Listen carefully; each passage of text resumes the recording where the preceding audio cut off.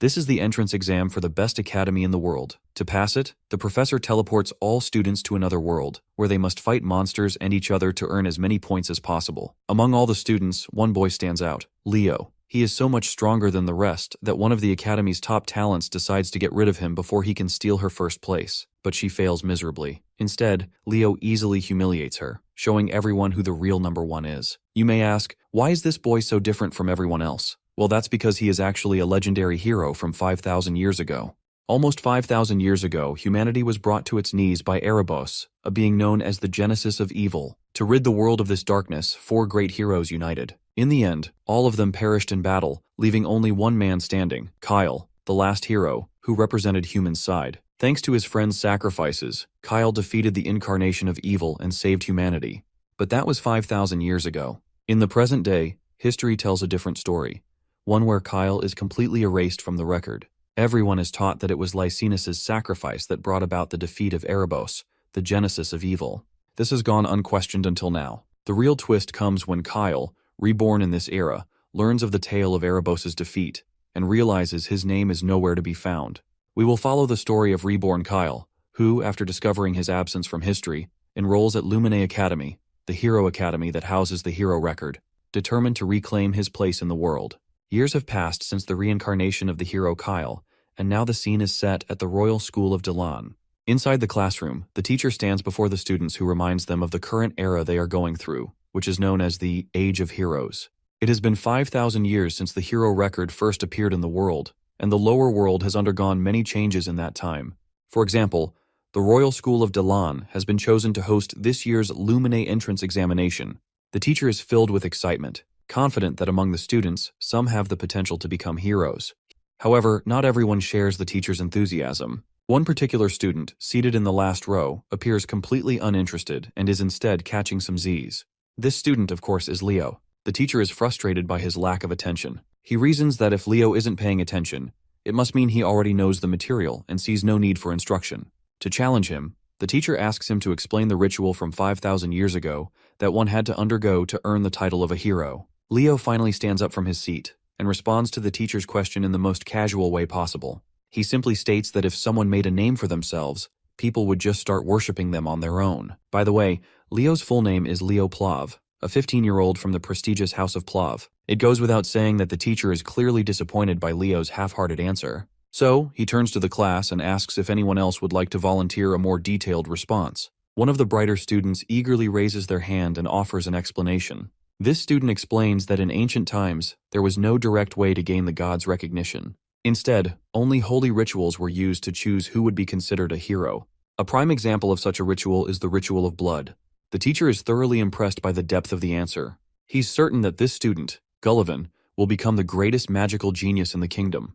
Gullivan hails from House Tratton. Anyhow, it seems like Leo is getting pretty tired of the usual nonsense he deals with on a daily basis. From his perspective, meeting the gods was nothing special back in the day, as it was just a part of life. After all, the gods once gifted the lower world with a miracle to celebrate the great heroes who fought against Erebos, the hero record. But for some reason, Leo can't understand why he's the only one who's been completely erased from history. No one seems to acknowledge his role, and it's starting to get to him. Later, the students gather around the windows, all eager to catch a glimpse of the Zerdinger clan as they march through the corridor. At the front of the group, there's a lady, Celia Zerdinger, a name that piques everyone's interest and curiosity.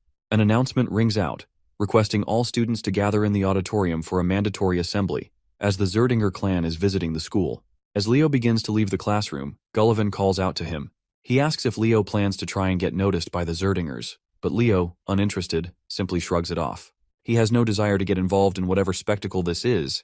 He just wants to go home. This nonchalance only fires up Gullivan. He can't believe how casually Leo is walking away from such an opportunity. In order to look just as cool as our boy, Gullivan explains that he himself does not care about Zerdingers either, but he's definitely going to check out Celia, especially since he considers her a fellow rival.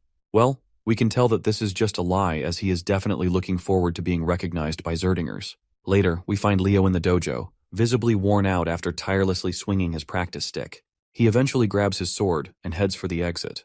Just as he steps outside, he's ambushed by a woman who charges at him with the force of a runaway train. Leo, though startled, manages to block her strike with his blade.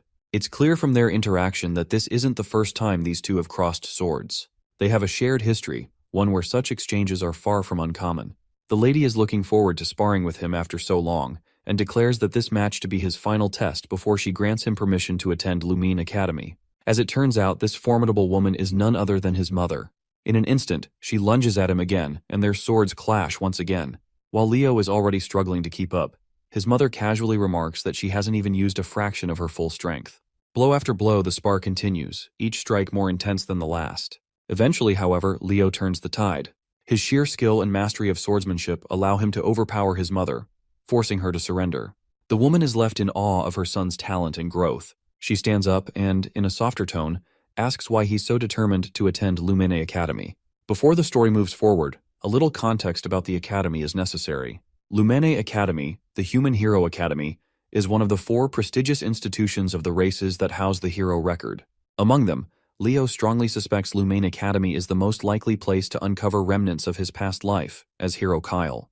With such a compelling reason, it's no surprise that Leo is unwavering in his determination to join the academy. Leo's mother then reminds him that the members of the Zerdinger clan are currently visiting Daylon, and they will be staying at the Plav mansion. Though she personally isn't thrilled about having them in their home, she has a request to make. She intends to speak with Zeiss, the vice-patriarch of the Zerdinger clan, hoping that he might be willing to teach Leo the Zerdinger aura technique.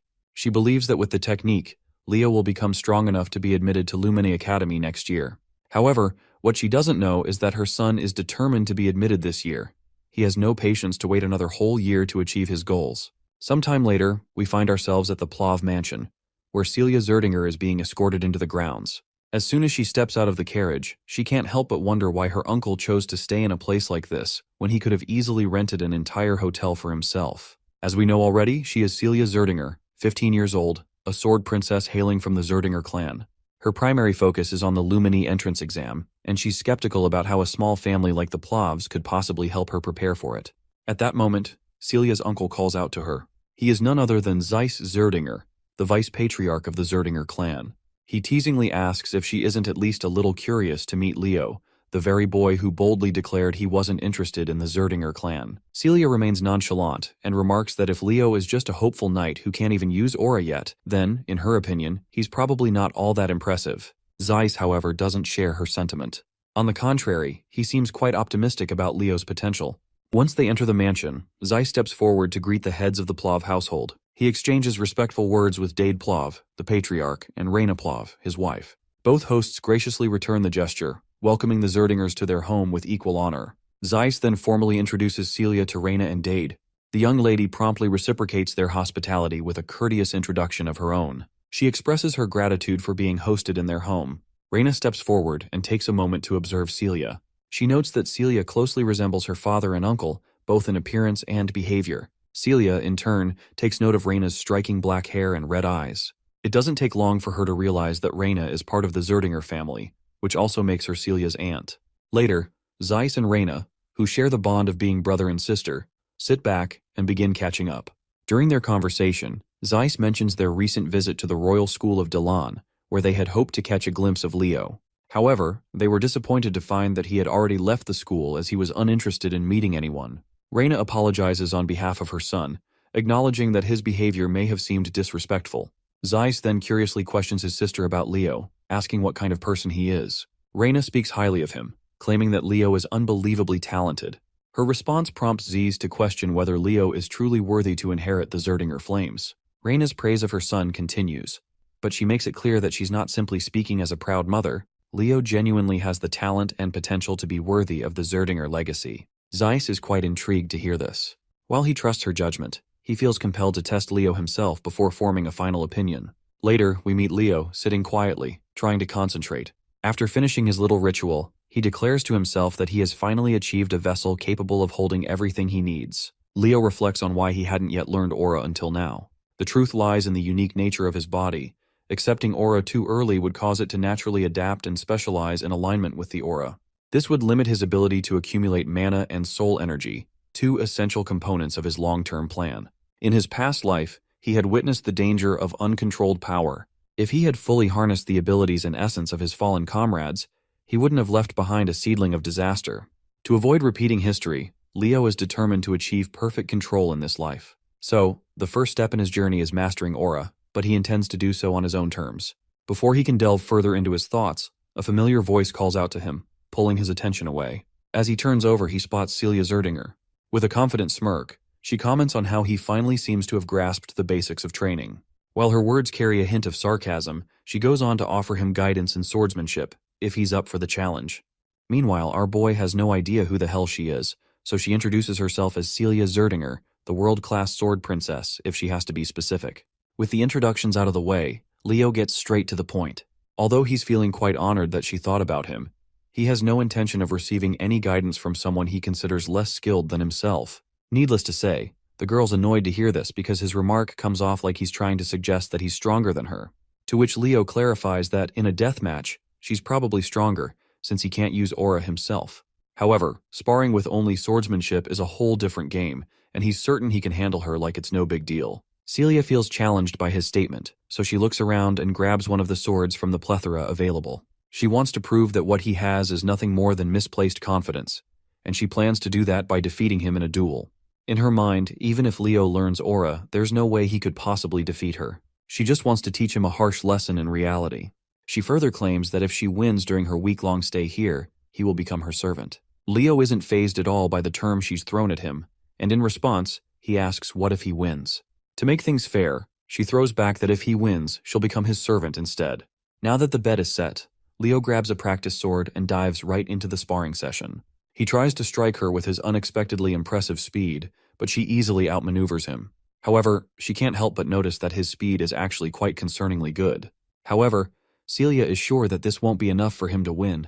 As they both charge at each other again, Leo lands a brutally heavy strike, and the sheer strength behind it overwhelms her. She quickly steps back as the force becomes too much to handle, and when Leo's sword collides with the ground, it shatters instantly.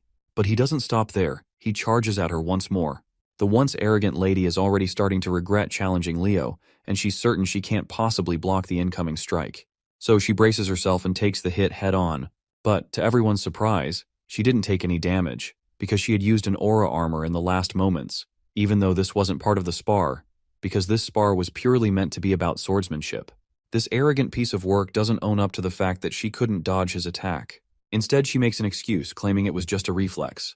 But Leo declares that he's already won, and it doesn't matter. Of course, this leaves her in disbelief, as she's not ready to hand him the victory that easily. Leo had expected this, so he throws off the magic weight bracelets he was wearing to hold off his physical strength. In the next hit, he literally shatters her barrier, leaving the girl completely boggled. Meanwhile, Leo shows her no mercy and gives her a taste of his full strength. Later in the courtyard, as Leo walks around, he stumbles across his mother, who promptly introduces him to his uncle Zeiss. Leo quickly bows his head to pay his respects, and Zeiss reciprocates, introducing himself as well. The two gentlemen then shake hands. His mother then asks if he's met Celia yet, to which Leo recalls how she had fainted after their battle due to fear. Before Leo can explain to her what happened, a knight approaches Zeiss with a report regarding the lady. Zeiss is fascinated to learn that Leo defeated Celia with a body that hasn't even learned aura yet. He personally expresses his admiration for Leo, saying it's nothing short of impressive. But Leo claims that she just underestimated him. Zeiss then questions what Celia lost in the bet, to which Leo happily responds that the loser was supposed to become the servant of the winner, so basically, Celia is his maid for the next week. As much as Zeiss dislikes this idea, he understands the importance of keeping one's word. Still, he makes it clear that Celia is from the Zerdinger house, so he can't possibly order her around to do maid's work. He hopes Leo will rescind the promise, and in exchange, he offers to personally reward our boy with something far more valuable. But Leo refuses the offer right away. He lets his uncle know that this was a wager between Celia and him, and as long as she retains the Zerdinger name, she needs to take responsibility. The uncle then questions him if he's also willing to let go of the opportunity to learn the Zerdinger's aura breathing method. Leo once again responds with a sassy jab. He believes that an aura breathing method given with the objective of preventing a niece from being humiliated holds no value in being learned. Since Zeiss has no other way around this predicament, he decides to get a little offensive. He questions the boy directly, reminding him that he just declared he would use the direct lineage of the Zerdingers as a servant, and that the Zerdinger aura breathing method is worthless. Leo remains unhinged and unafraid of the consequences about to surround him, simply claiming that what his uncle just said is indeed true. Out of the blue, Uncle's mood softens, and he politely questions our boy if he does not think that what he just declared is impudent and impolite. Leo once again makes it clear that he had no intention of insulting the Zerdingers. He claims that if he were being given the aura breathing technique as a reward for defeating Celia, he would have gladly accepted it. However, he has no intention of accepting it as a bribe just so she can escape the consequences of her loss. You see, if his uncle doesn't want to recognize Celia's defeat, it means they believe she is better than him and simply lost the duel by mistake. But Leo makes it clear that even if Celia had sparred against him in earnest, he still would have won. This leaves Leo's mother even prouder. Her brother is equally fascinated to hear such judgment from Leo. The fact that this kid rejected the offer because he didn't like the way his uncle behaved only highlights how outstanding a child he is. He wishes that a child like this were a Zerdinger. Zeiss then gestures to his knights and orders them to send Celia to the maid's quarters. He turns to Leo and grants him the right to address his uncle without any honorary titles. After that short conversation, Leo parts ways, and Zeiss turns to his elder sister, proudly telling her that once he gets back home, he'll make sure to convince their elder brother so they can teach Leo the mighty technique, Phoenix Breath. Later, the scene switches to Leo's room. The first thing we notice is Celia's totally embarrassed face. She's going bonkers with embarrassment as she claims herself as Celia the maid, who will be in charge of Leo for the next week. Leo is literally enjoying the heck out of it when she calls him like that.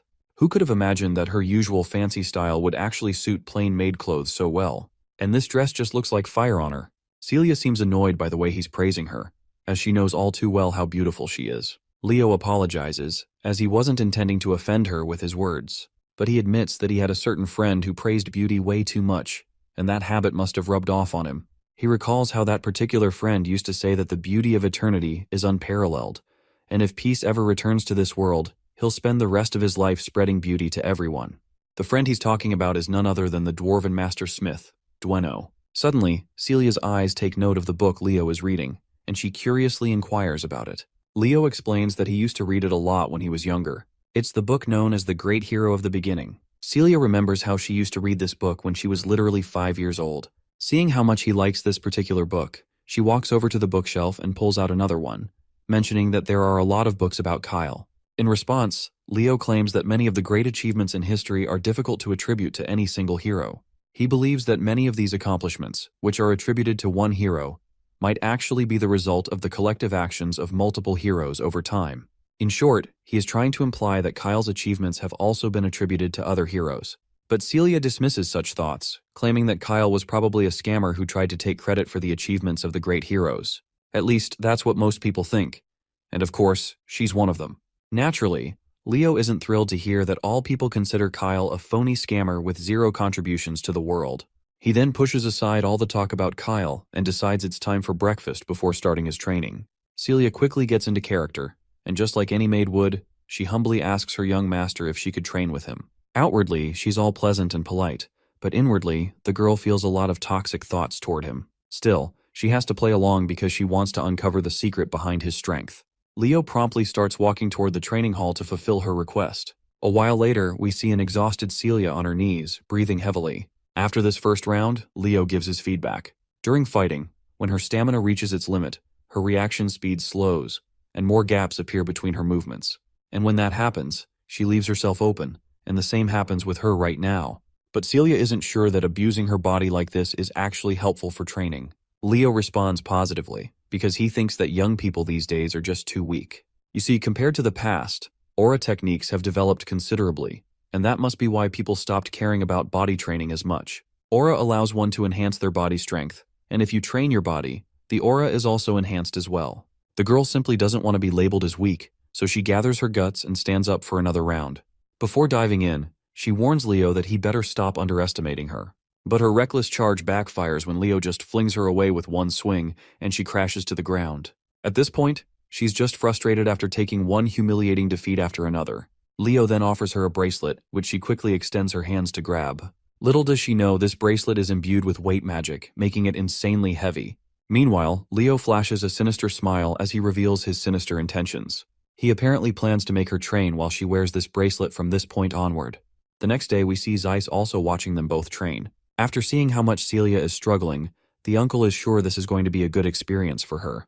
Before going to Lumen, it might be good for her pride to crumble at least once. He then calls out to Leo and gives him some good news that he's thinking of asking the Patriarch to allow him to inherit Phoenix Breath. The mention of Phoenix Breath catches Leo off guard because, as far as he can recall, that's basically the Zerdinger family's origin for the aura technique. He's heard that only people who are recognized within the family can inherit it. Celia also raises her opinion that her father won't allow it that easily. But it looks like Zeiss has figured this much out already. He proposes a condition to Leo. If he passes the Lumene entrance examination, he'll be allowed to learn the technique. Of course, this remark doesn't sit well with Celia because, in her eyes, Leo is just a brat who can't even use aura. And since the Lumene entrance examination consists of actual fights, it's going to be very dangerous for him. Well, Leo doesn't shy away from claiming that he doesn't have any real fight experience. But we all know that's only the case if he doesn't take his previous life into account. Zeiss awaits for Leo's opinion, to which our boy quickly agrees, as long as his parents are okay with this decision. A week passes by and the day of the Lumene entrance examination finally arrives. When they see the prominent figure of Celia Zerdinger among the participating students, everyone is in awe. Meanwhile, Celia throws a jab at Leo, asking if he's feeling nervous. It looks like after spending so much time being a personal maid, Celia has lost herself in the character because she's still referring to Leo with the master title. As they stand there, Gullivan's unmistakable voice catches their attention. He's actually here to see Celia, but he's a little shocked when he notices that Leo is with her. This piece of work throws shade at Leo since he believes that our boy does not belong here, since he doesn't even know how to use aura. At the same time, he tries to greet Celia politely. However, the poor guy is totally ignored by the duo like he doesn't even exist. He gets awkward and tries to remind Celia that he's Gullivan Tratton and he had greeted her when they met last time. But to Gullivan's dismay, Celia doesn't recognize his name and quickly grabs Leo's hand in order to leave the scene. Suddenly, they're called by someone else. It's actually two siblings gracing the scene. The taller one is Abad Llewellyn, hailing from the Llewellyn family, and he's 16 years old. And the shorter girl beside her is Chelsea Llewellyn, 14 years old, and she shares the same family name. While Celia seems to recognize these two, Leo has no clue who they are. Celia explains that they're the Llewellyn siblings, hailing from the same heroic lineage of the Lordran Empire, the children of the Llewellyn family. Celia is particularly fired up because she's not thrilled to see these two. She warns Leo that the Llewellyn siblings will be partaking in the exam with them, so they absolutely can't lose to them. She definitely can't have the Zerdinger clan lose to the Llewellyn family. But this isn't really Leo's concern, after all, he's from the Plov family, not Zerdinger. Anyway, when the two greet Celia, she doesn't have any reason to decline their greetings and reciprocates the gesture. She also makes sure to introduce Leo from House Plov, a noble family within the kingdom of Dalad. Hearing that Leo doesn't have a fancy title attached to his name, Abad Llewellyn dismisses him as insignificant. The two siblings promptly twirl around and proceed to walk away, throwing out the warning that they'll surely be in the top spot. It goes without saying that Celia doesn't like the Llewellyn siblings' guts, and is looking forward to thoroughly crushing them in the upcoming trials. Suddenly, someone representing Lumene Academy steps onto the podium, immediately commanding the attention of everyone present. The man introduces himself as Albi Ziron, a professor at Lumene Academy. While Celia's expression shifts to one of shock upon seeing this prestigious figure, Leo seems unimpressed, mostly because he has no idea who this guy is. Celia is visibly annoyed that Leo doesn't even recognize someone of Albi's stature. She takes the opportunity to educate him and explains that Albi Ziron is listed in the Hero Record, a distinguished list of individuals considered heroes of the current era. Leo takes a moment to observe the professor carefully and notices something peculiar: immense mana concentrated in Albi's left eye. Professor Albi then proceeds to address the gathered students. He begins to explain the format of the entrance examination. According to Albi, the trials involve two main components: one-on-one combat and monster subjugation. Traditionally, participants would take turns completing these tasks. However, Albi immediately clarifies that he finds such methods tedious and wastes no time proving his point. In an instant, he burns the sheet of paper he was holding, as if discarding the conventional exam structure entirely. And up next, he pulls out a thick, ancient-looking book. As he opens it, the teacher summons forth the first chapter titled Prologue, The Wild Forest. In that moment, a massive enchantment circle begins to glow under the feet of the entire student body. The scene is set, and no one has a clue what the professor intends to do next. But one thing becomes crystal clear, which is that Albi Ziron despises inefficiency. He declares that he's combining all the trials into one seamless challenge and will move forward at once. To understand what's happening, we learn that the hero record isn't just a historical record. Its real value lies in its ability to manifest the hero's world, which contains the experiences of past heroes. By accessing this world, one can inherit the power of a previous hero. Simply put, it's almost like a hero training system. All the students have been transported into this hero's world, known as the Wild Forest. The professor announces that their one and only objective is to survive. Whether they join forces or eliminate each other, they can do whatever it takes to stay alive. Those who want to quit can break the orb they're holding and return. That's all there is to it. After looking around for a few minutes, it doesn't take our boy long to recognize the place. It looks exactly as he remembers. You see, this used to be an elven forest before it was taken over by the witch queen, Silatna. Meanwhile, some students just want to go back, especially since they think that this place is nothing more than an illusion. But our boy doesn't share the same thoughts. As far as he can tell, while this world might have come from the examiner's memories, everything that is going to happen here will be real. The deadly hazards here could seriously kill someone if they're not careful enough. With the mention of danger, Leo notices someone's presence and is soon attacked by an arrow that literally shatters the ground beneath him upon impact. Thankfully, he's safe, but when he looks in the direction of the arrow's source, he sees it's the girl from the Llewellyn family, Chelsea. It looks like she has mistaken him for a member of the Zerdinger family, and because of that, she's determined to eliminate him. But Leo quickly makes it clear that he's a member of the Plav family. Chelsea, however, becomes more aggressive, thinking he's lying since she had seen him with Celia earlier. Without hesitation, she casts her magic Windsickle. Leo seems impressed as he watches her chant a spell that didn't exist in his past life, but he also notices that the basics of this spell are not much different.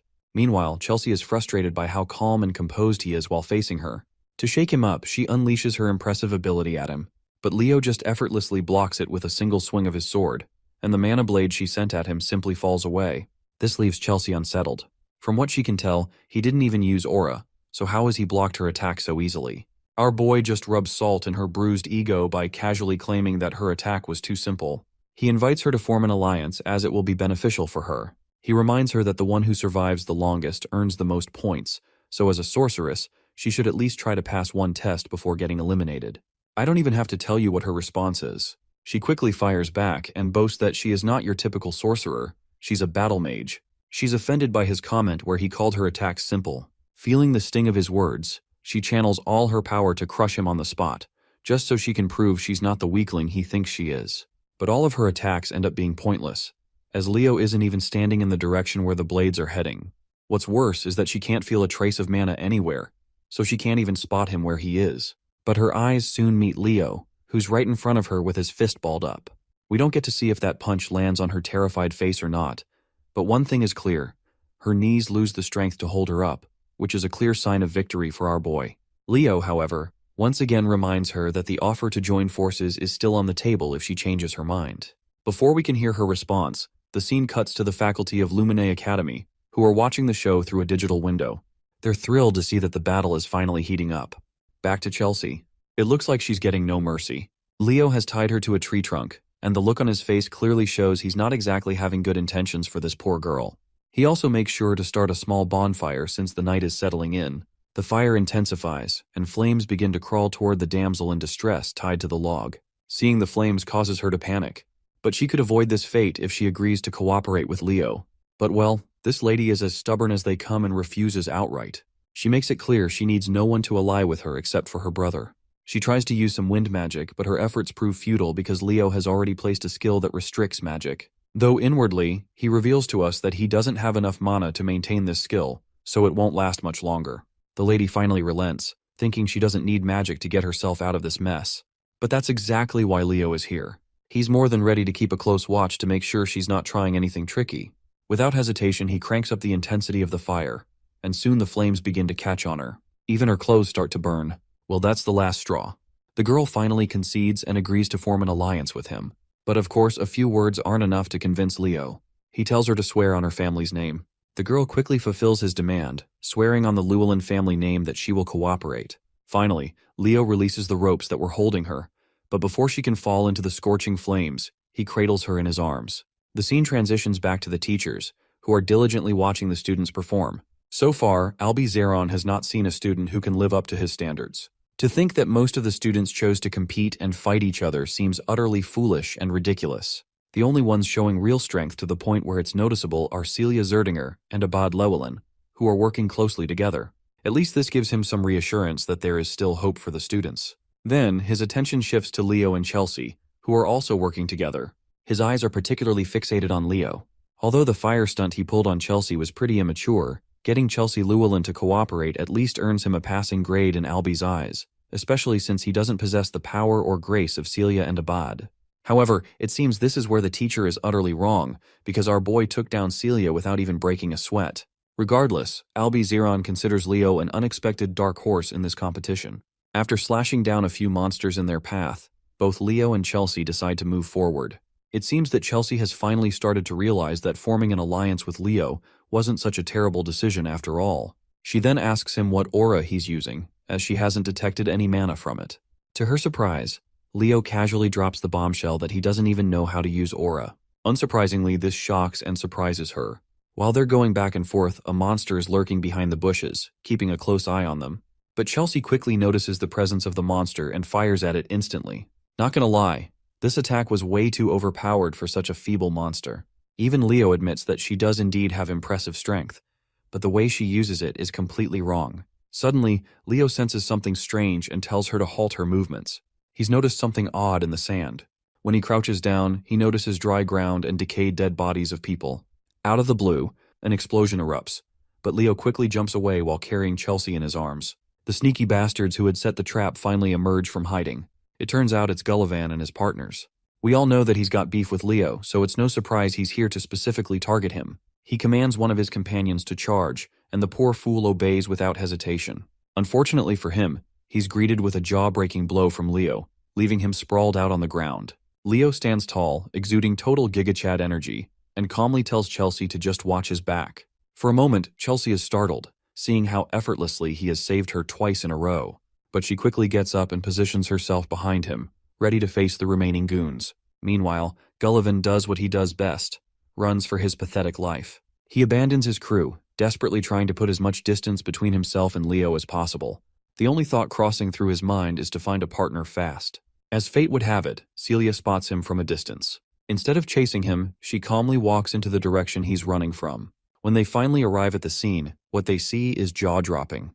The area is littered with monster corpses and the bodies of students who had tried and failed to take them on. Naturally, Chelsea lights up at finally being reunited with her brother. Meanwhile, Celia throws shade at Leo, demanding to know what in the world he's doing with Chelsea. Leo proudly claims that it was his decision to form an alliance with her. Celia, however, finds it hard to believe. She would rather believe him if he had claimed to see a cockroach doing backflips than believe he managed to convince Chelsea the stubborn goat to form an alliance. To this, Leo casually and sinisterly claims that he simply convinced her. His wicked grin unsettles even Celia, who begins to wonder what exactly he might have done to convince her. Anyhow, our boy moves to help the students he just knocked out back to their feet. Seeing this, Abad questions why Leo is helping their opponents. Our boy quickly clears the air that there's no need to fight among themselves. Instead, sticking together to defeat the challenges of this world is a much better idea than fighting selfishly. Since Abad and the others seem clueless about what challenge he is talking about, Leo draws their attention to the nearby decayed corpses, hinting at a bigger issue. Seeing the corpses on the ground, one of the students comments that it looks like their moisture has been drained. Leo clarifies that this isn't the only odd thing here. He points out how this place, out of nowhere, seems completely devoid of any monster presence. It's as if the monsters are afraid of something, like a high-tier monster has appeared and scared off the others in the forest. As the pieces start falling into place, Abad finally understands what's going on. As far as his understanding goes, Hero Albi's first feat was defeating a high-tier monster. Just then, they all hear a massive roar in the distance, the sound of something close and ominous stirring deep in the forest.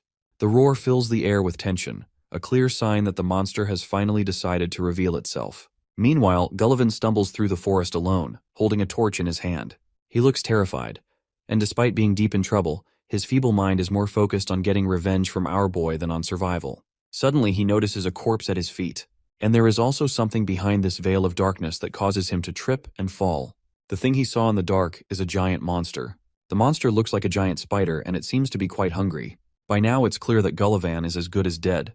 Let's explore what's happening with Professor Albi and the students. It turns out that a staggering 500 students all failed the exam. The real problem is the fact that the selection process requires the selection of at least 100 students, but there are only 50 of them still left in the test. Instead of forcing himself to pick, the professor believes that he's only going to select suitable candidates that meet his expectations. After all, the headmaster put him in charge knowing that he would pick the cream of the crop. Albi is a believer in discovering heroes in the time of great difficulty. He has gained an interest over Leo Plov, a dark horse with unexpected talent. The question is, will this dark horse be able to overcome the harsh exam? Going back to the scene of the students in the exam, they're fast on their feet and have trouble navigating because of the dark atmosphere. Celia illuminates her blade and claims that she's seen something up ahead. Her sword's red shimmer reveals the face of the terrifying spider who is currently devouring its prey. It strikes fear into their hearts as Abad rushes to use a mage spell to take down the threat. However, Leo is quick to stop him and advises Gullivan to break the crystal. Of course, Gullivan is out here becoming breakfast between the spider's teeth, so he can hardly move. He decides to smash the blue crystal, sending a wave of electricity inside the creature's mouth. With their preparations ready, Abad charges his Windfang spell and releases it upon the menacing creature. His attack manages to wound the monster, but fails to deal the killing blow. The four of them are horrified to comprehend the level of threat they're up against. This creepy crawly is the Spider Princess Tarantula, and she's not cute. One student foolishly lunges in with the hopes of a melee attack. He's humbled too soon with a single strike to his body, sending him crashing to the ground. Next up is Celia, who is arrogantly assuming that she'll end the fight with a single attack. Activating the Prominence spell, she releases a sharp yet destructive beam of red, piercing the creature's body and sending it waves of pain. However, the spider is as durable as a tank and quickly recovers, making Celia's approach useless as well. Abad uses this moment to talk her down, claiming that a mage and a knight's destructive power is incomparable. He releases a wind spell, Raphael, to slice the spider in an endless spiral. However, by the end of his attack, he's terrified to find the creature alive and well, staring him down. Sensing that her brother is in imminent danger, Chelsea casts her Windbreaker magic to help him out. Still, Abad suffers a cut from the spider's claw, though his sister's attack cushions the blow with her magic. She comes to check on him after he barely made it without losing an arm. They've tried everything against this monster, but its immensely fast regeneration proves them useless. Despair is setting in their hearts as the Queen Tarantula approaches to finish them. Leo comes in and explains that this creature is the daughter of Salatna. She was a deadly monster within Erebos' army, responsible for incinerating the elf forest. What's more, Leo reflects that the mana he detected in Professor Alby's left eye contains signs of the Fairy King's mana. The tarantula ruled over the cursed wild forest. Not only did she annihilate the forest belonging to the elves, but she also ate the most reliable comrade of the Fairy King who rebelled against her. At the time, Leo believed that Luna responsibly defeated Tarantula, but it turns out the reality is different. The tarantula survived thanks to devouring the Fairy King's assistant, who possessed the source of infinite life energy in the form of an invaluable artifact, none other than the Ring of Life. Abad is as stubborn as a log, and thinks that it's only right for him to take out the monster if it's a part of the exam. Both he and Celia decide to unleash consecutive strikes in the hopes of defeating the creature on their own. The tarantula endures their wrath, but Leo thinks it's all useless since the creature will just keep regenerating to no end. In fact, they'll be the ones to run out of mana first. In a last-ditch effort, Celia asks for his opinion on how they should handle the monster. Leo explains that it requires the teamwork of two, but his suggestion is immediately met with disagreement by Abad, who is selfishly hoping to overcome the monster on his own. The same goes for Celia too. With both of them acting like children, our boy comes and gives them a dear reality check, that if they don't work together to defeat the monster, they will all fail. His words finally get through. Abad amuses the possibility of them working together, and thinks that it will still consume some time to initiate a joint strike that kills the creature in one go. The thing is, since no one apart from them can stall the monster, it's going to be hard. Deciding to step up and contribute in their struggle, Leo expresses that he can buy some time for them. Celia thinks he's become a nutcase and reminds our boy that he can't even use aura yet. Leo confirms that he can hold out no longer than 5 minutes for them in his state. The magician Abad is afraid that their coordinated attack might still fail by then. However, Leo is absolutely certain that it will work and picks up a weapon from the ground. He adds that both fire and wind elements share a great affinity with each other, so it will be sufficient. Despite their differences, the Sword Princess and the Great Magician become allies, while Leo looks up to the ugly spider as a good challenge and a reminder of his past life. The fight begins with our boy impressively slicing off the creature's limb with a sharp swing, shocking the other two students. He goes on to annihilate the creature's face, and finds himself satisfied to find the monster of Tartaros. Exploring a flashback of the past, we see an elven child running in frightening tears. Unfortunately, the monster Tartaros captures him with its webbing. With the boy completely immobilized in the creature's net, there's just no chance of escaping anymore. The spider quickly arrives, ready to consume him whole. The boy begs for his mother's help and awaits impending doom, until one radiant being appears as a savior, a being of light that stops the creature from hurting the child. Luna felt infuriated with the creature wreaking havoc on her homeland, and going as far as to devour the contractor responsible for being the right-hand man of the elven forest. Luna releases a light attack aimed at the toothy creature. Her magic attack enveloped Tartaros, caging the creature before sending down a column of thunder. Luna wasn't expecting Erebos' army to have come and conquered the elven forest as well. At the time, Leo in his original life became responsible for freeing the kid, helping him escape the webbing net. Let's explore the current scene, where he's standing with an axe in hand, ready to buy time for his teammates. Still, he can't do much without his aura. Requesting Chelsea for help, Leo instructs her to use elemental magic, targeting him with her weapons. He evasively dodges a strike. Because of his immense speed, Chelsea is concerned that he might get caught up in the attack at this rate.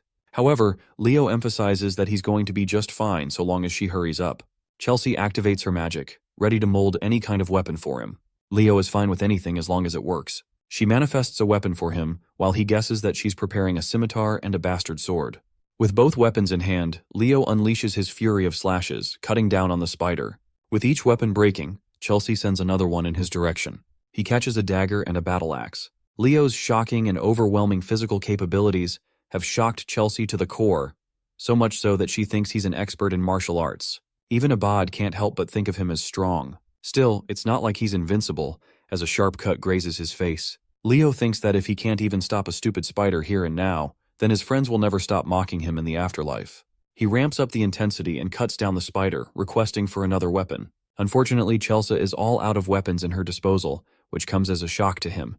Thankfully, however, Celia has already finished preparing her ultimate strike. She unleashes a roaring spiral of fire, incinerating the creature and defeating it at once. The ring of life drops is cleared from its body, and the monster is subjugated at last. Celia drops to the ground, thankful that everything is over now. Still, she can't help but focus on Leo's inhuman performance to hold back Tartaros for 5 minutes. Celia tries to praise him, but Chelsea is even faster with her words. She's become his #1 fan and thinks that his performance just now was comparable to the heroes of the legends. Leo doesn't think much of it, but this chick is going crazy for him as she wants to become a battle mage specialist. She pleads to learn from him. Funnily enough, Celia is hoping for Chelsea to receive exclusive training from him to get a taste of what suffering truly looks like. Anyway, our boy proceeds to grab the Ring of Life, which manifests Prince Silid as a fairy. He rekindles the prince's memory by saying his name. Hearing that, he goes back into the ring and accepting Silid as the Fairy King. This is all thanks to Professor Albie stumbling upon the Eye of Mana. The countdown for the testing ground is starting. Clearing Taste Stage has earned them the reward of the Fairy King's pledge. Before they're transferred, Leo recognizes someone from his past life. Fast forward to Kalian Badian, the principal of the academy, who is reviewing the exam report of the Western Territory. His assistant wonders how many students Albie ended up passing because of his strict requirements. The headmaster is rather surprised to see 40 students coming clean from the exam, which still isn't a high number. The headmaster isn't too disappointed because this dude thought he'd only see 10 students passing at most. This is still a great achievement. Celia and Abad seem to be the top candidates in his expectations.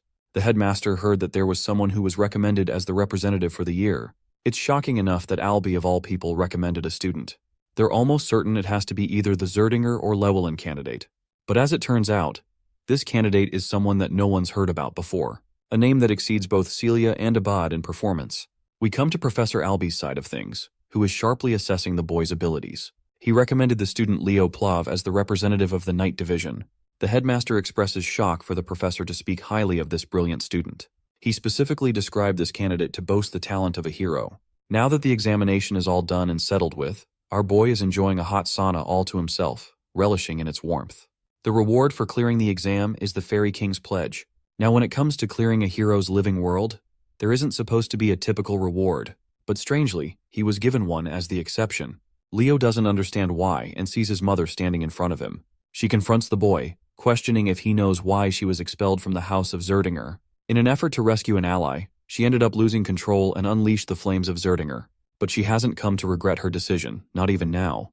Fixating her attention to her only son, she wants the boy's incredible talent to be steered in the right direction. Also, she's most delighted to congratulate him on being accepted into the academy. Stepping foot in the glorious Lumeria city, the students are requested to collect their belongings before stepping foot outside the gate. Lumeria is the centerpiece of the world, and its most prized institution is the Lumine Academy. With Leo finally having arrived, his uncle comes to greet the boy and shares his congratulations for passing. Leo wonders what he's doing here, and learns that the House of Zerdinger is currently busy resolving an unending debate that has been going on for at least a month's time. He quizzes the boy, asking if he knows the reason for the conflict. Leo wonders if it has anything to do with the inheritance of the Phoenix Breath. His uncle confirms that it's exactly the case, and while his older sister isn't a part of the Zerdinger clan, Leo is inevitably her son. Then there's the fact that the elders of the clan are highly impressed by the boy's clearance of the Western exam, notorious for being extremely difficult. Leo is handed a special subspace key, which he decides to use at once by chanting a command. It unlocks access to a special book. His uncle then instructs him to stain the pages of the book with his blood. Leo follows his instructions, biting his thumb and releasing the splattering drops on the page. Now that he's shared his blood, he has access to the information inside the book. No one else will be able to know. And while it isn't easy to master the techniques of the Zerdingers, his uncle is confident in the boy's talent and believes he will get used to it in no time. With this, he officially welcomes him to the House of Zerdinger.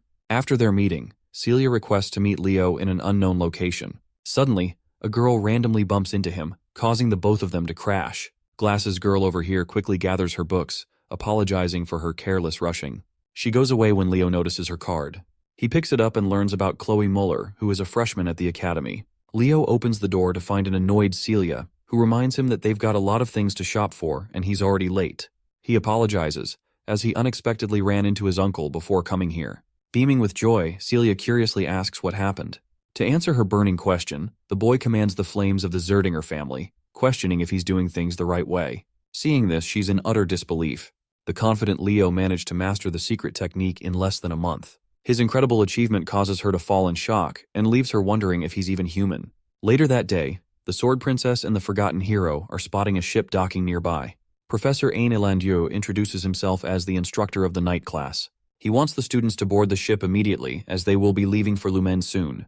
The journey begins with the students leisurely enjoying their time. Leo and Celia look like a couple, which causes a confident young fellow to release a comment that gets on Celia's nerves. This an alchemist from the kingdom of Moira, and he's a merchant with everything to sell. He attempts to do business with the couple in case they need supplies at the school. Leo introduces himself by his student identity and explains that he belongs to the kingdom of Delad.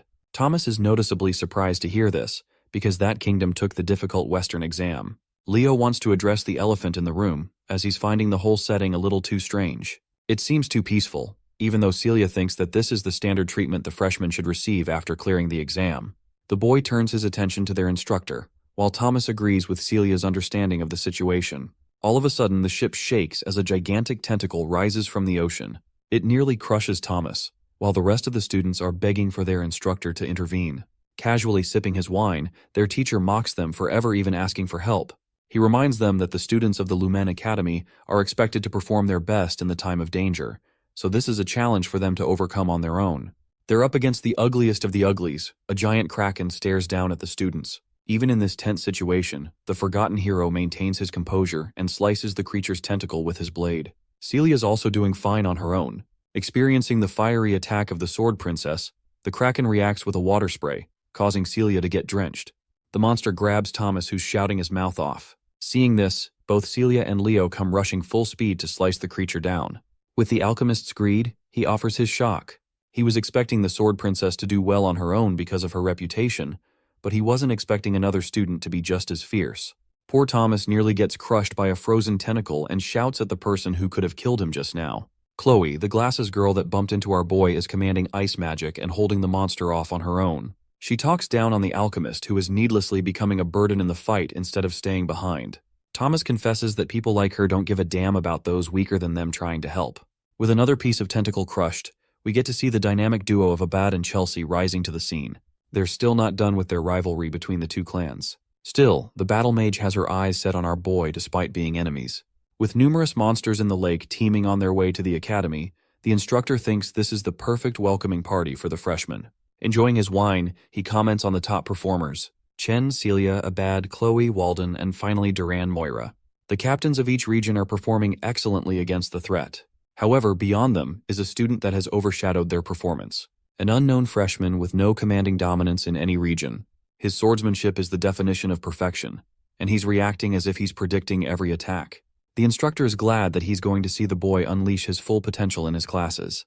Anyway, the useless alchemist is quick to run out of his potions as they finally arrive at their destination.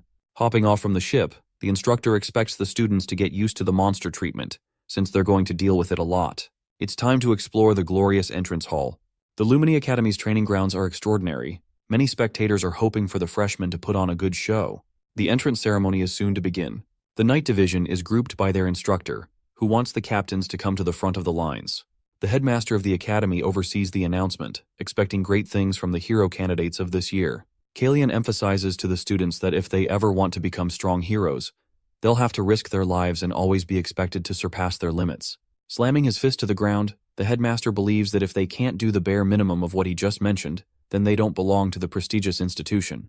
And then a second later he melts into a grandpa, acting like he didn't just intimidate the crap out of them. Kalian points out and asks why they've all gone quiet all of a sudden. His radiant reputation and image as the brilliant swordmaster slowly gets tainted by the day. Next up is a speech from the freshman representative, a name that the first years are looking forward to. It's not Celia, Abad, Chloe, or anyone else. Only Leo Plav's name is chanted, coming as a shock to even him. He quickly turns to the professor and realizes that he must have recommended him. Leo approaches the podium and addresses the professors and seniors with his speech. While this is going on, many students are bickering about the talks of this unknown student. They don't know what happened or who even is. The speech comes to an exhausting end, as Leo Plav is inquired about his goals as the representative of the year. He realizes that their goal is to intentionally provoke the finishers behind him. Leo offers his words in a very polite and professional manner, drawing attention from the other instructors. They think it's going to be a very reserved ceremony, until our boy goes crazy and openly declares that he's ready to accept any of them challenging him for the position. This hostile and bold announcement provokes the top rankers, but Leo doesn't really care about who it is he has to go up against. With the announcement settled, the students go to their dormitories. From tomorrow, exploratory classes will elapse for 1 week. This is a special grace period for the students to take any class which will later help them decide 3 subjects to major in. The students are promptly advised to rest up so they don't face a first-day late class. Leo's room is designated right next to Thomas, who is excited for his first class tomorrow. They exchange a goodnight greeting and Leo collapses on his bed. His mind is busy wondering what he's supposed to accomplish in the academy. Seizing his place in the best institution, he desperately hopes to find his long-lost hero record. The next day at the cafeteria, Thomas wants to share a seat with our boy who doesn't really care and approves the request. Leo receives an annoyed visitor, someone he isn't familiar with. This guy is Duran from the Central Region, and he's here to confirm if the challenge he stated in the announcement carries any weight. Leo understands that his speech was provocative in its fullest. After all, it invited a stranger to take him on in an aggressive manner. Duran thinks he's some hotshot of the Central Region, but Leo simply doesn't give a flying fuck and continues drinking his fruit juice. Pissed for being taken lightly, Duran lashes out by releasing a thunderous kick, sending the table flying. However, Leo's inhuman speed helps him rearrange the ingredients and reform his perfect cheeseburger. This man is the definition of class as he made a meal out of the occasion. Leo provokes him, stating that he just couldn't ignore free food to waste away like that. Duran, on the other hand, is in the mood to kill this guy with his every word. He thinks the freshman representative is much weaker than he is, which his ego can't stand. Intervening the fight, their instructor casually rests both his arms around the 2 students. He politely mentions their ranks as the representative as well as the captain of the region. The instructor is hoping they're prepared to receive due punishment for engaging in a fight on the first day. You can just see both their faces crying for help. Let's jump ahead and visit the first exploratory class of the night department. For some reason, Celia is concerned why Leo isn't around. He emerges at last, completely exhausted for breath. His condition invites Celia's attention, because she thinks he fought with someone. Leo decides not to say anything for the time being. Class is about to start. Ain introduces himself as the instructor of the first-year night classes. Thomas notices that Duran is on bad terms with Leo already, while their teacher Ain talks about the 3 main powers derived from mana. The first being magic energy, the second is soul energy, and finally we have aura. Of the 3, aura is deemed the most difficult to handle. Celia adds that it's because aura requires losing mana fluidity during the conversion process. Her answer is spot on as magic and soul energy tend to use mana in its natural state. But aura, on the other hand, absorbs the mana and converts it to suit the body. He demonstrates what an aura looks like and wonders if any of them knows how to use the processed aura from their bodies. Collecting her thoughts, Celia fails to come up with a reasonable answer. The freshman representative breaks his silence and explains that utilizing an aura's power requires the burning of mana. He's reached the right conclusion as pointed out by the instructor, which then makes him ask about the most crucial aspect of the process of burning mana.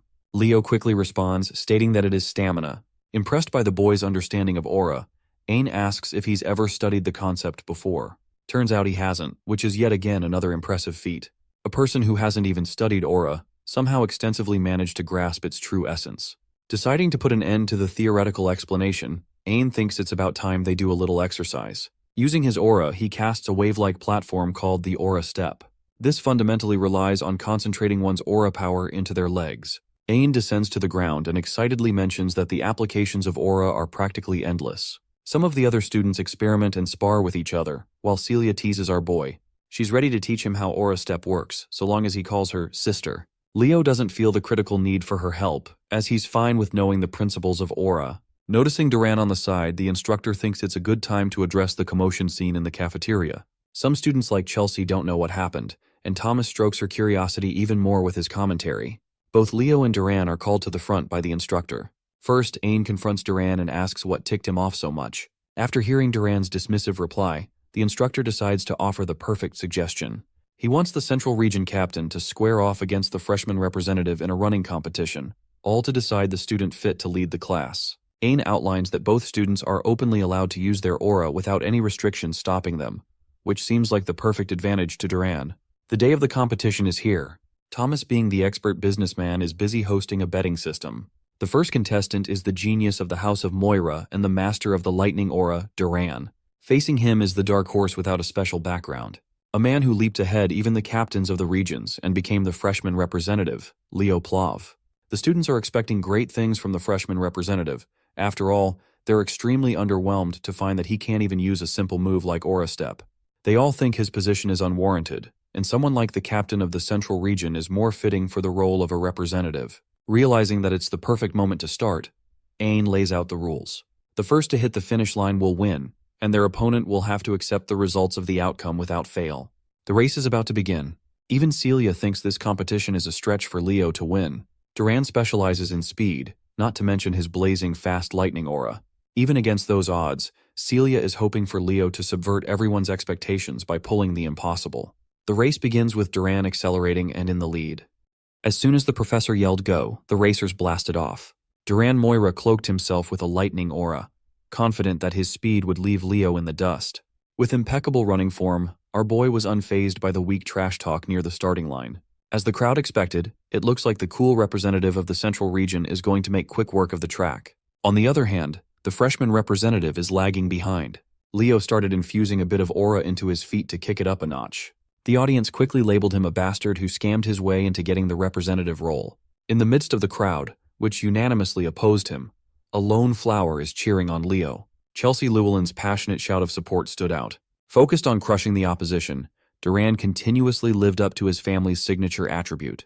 He really is lightning fast. Seeing him cross the halfway point in such an inhumanly short amount of time got Carr worrying about his buddy. It seems like Leo will be on the losing end if he doesn't step it up. So, the young man looked around the track.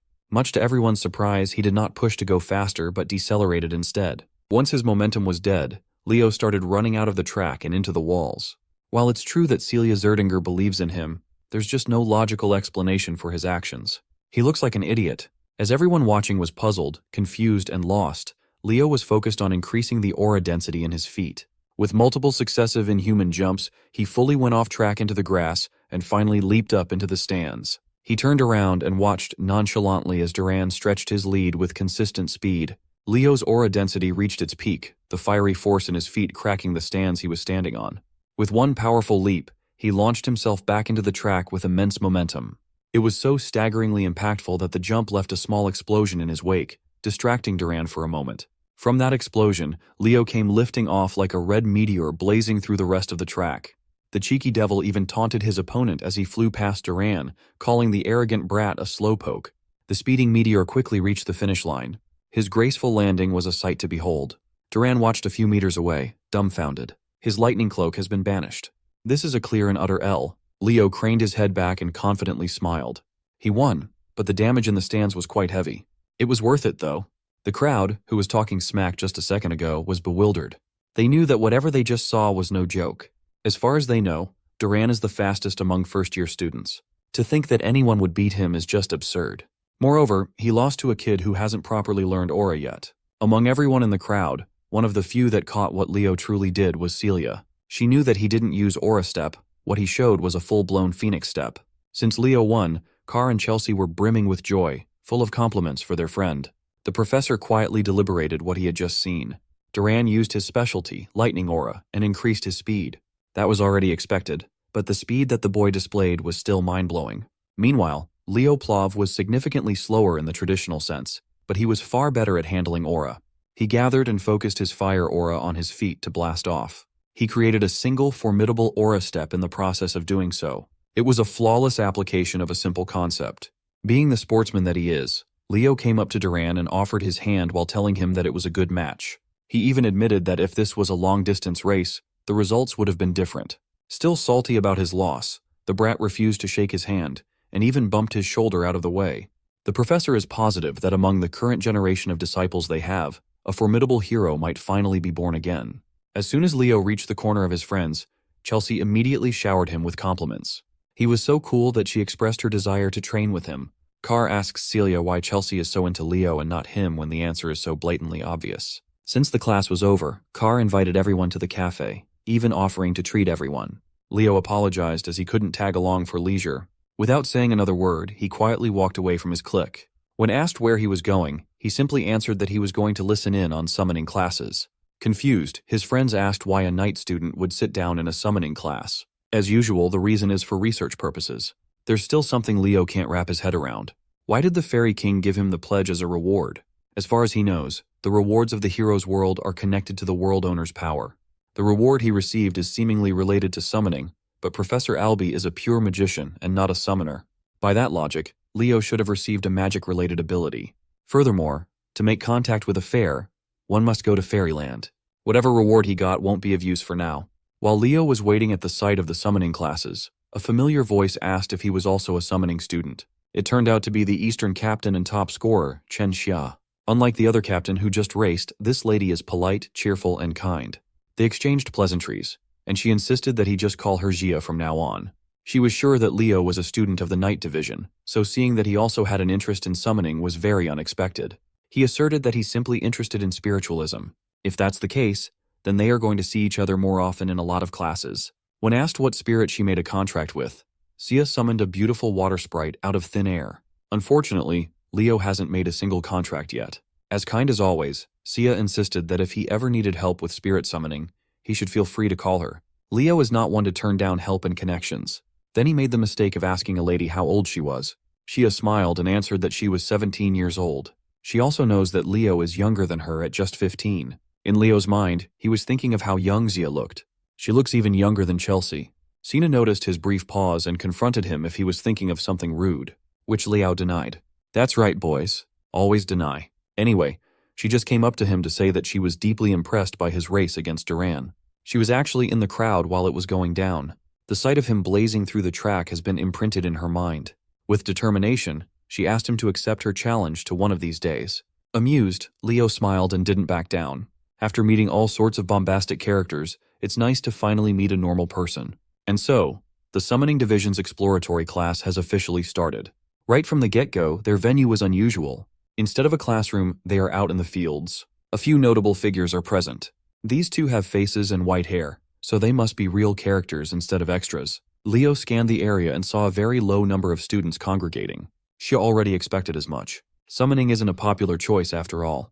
Just as he was wondering why the class was being held outdoors, the answer came flying down from the skies. A massive, scaly body with wings that covered the sun flew over the students' heads.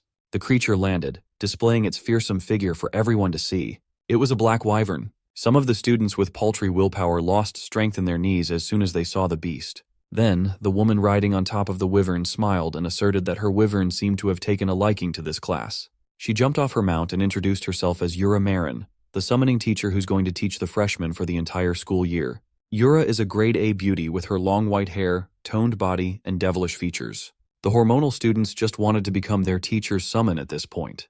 Leo reckoned that if Pervy Dueno had been here, he would have lost his mind at the sight of a woman with a different type of charm than Luna and Lycinas. He would surely be inspired to make more cultured art. Going right into business, Miss Yura addressed her little greenhorns. The fact that they are in this prestigious program must mean that they have some talent in the field. The freshmen answered affirmatively.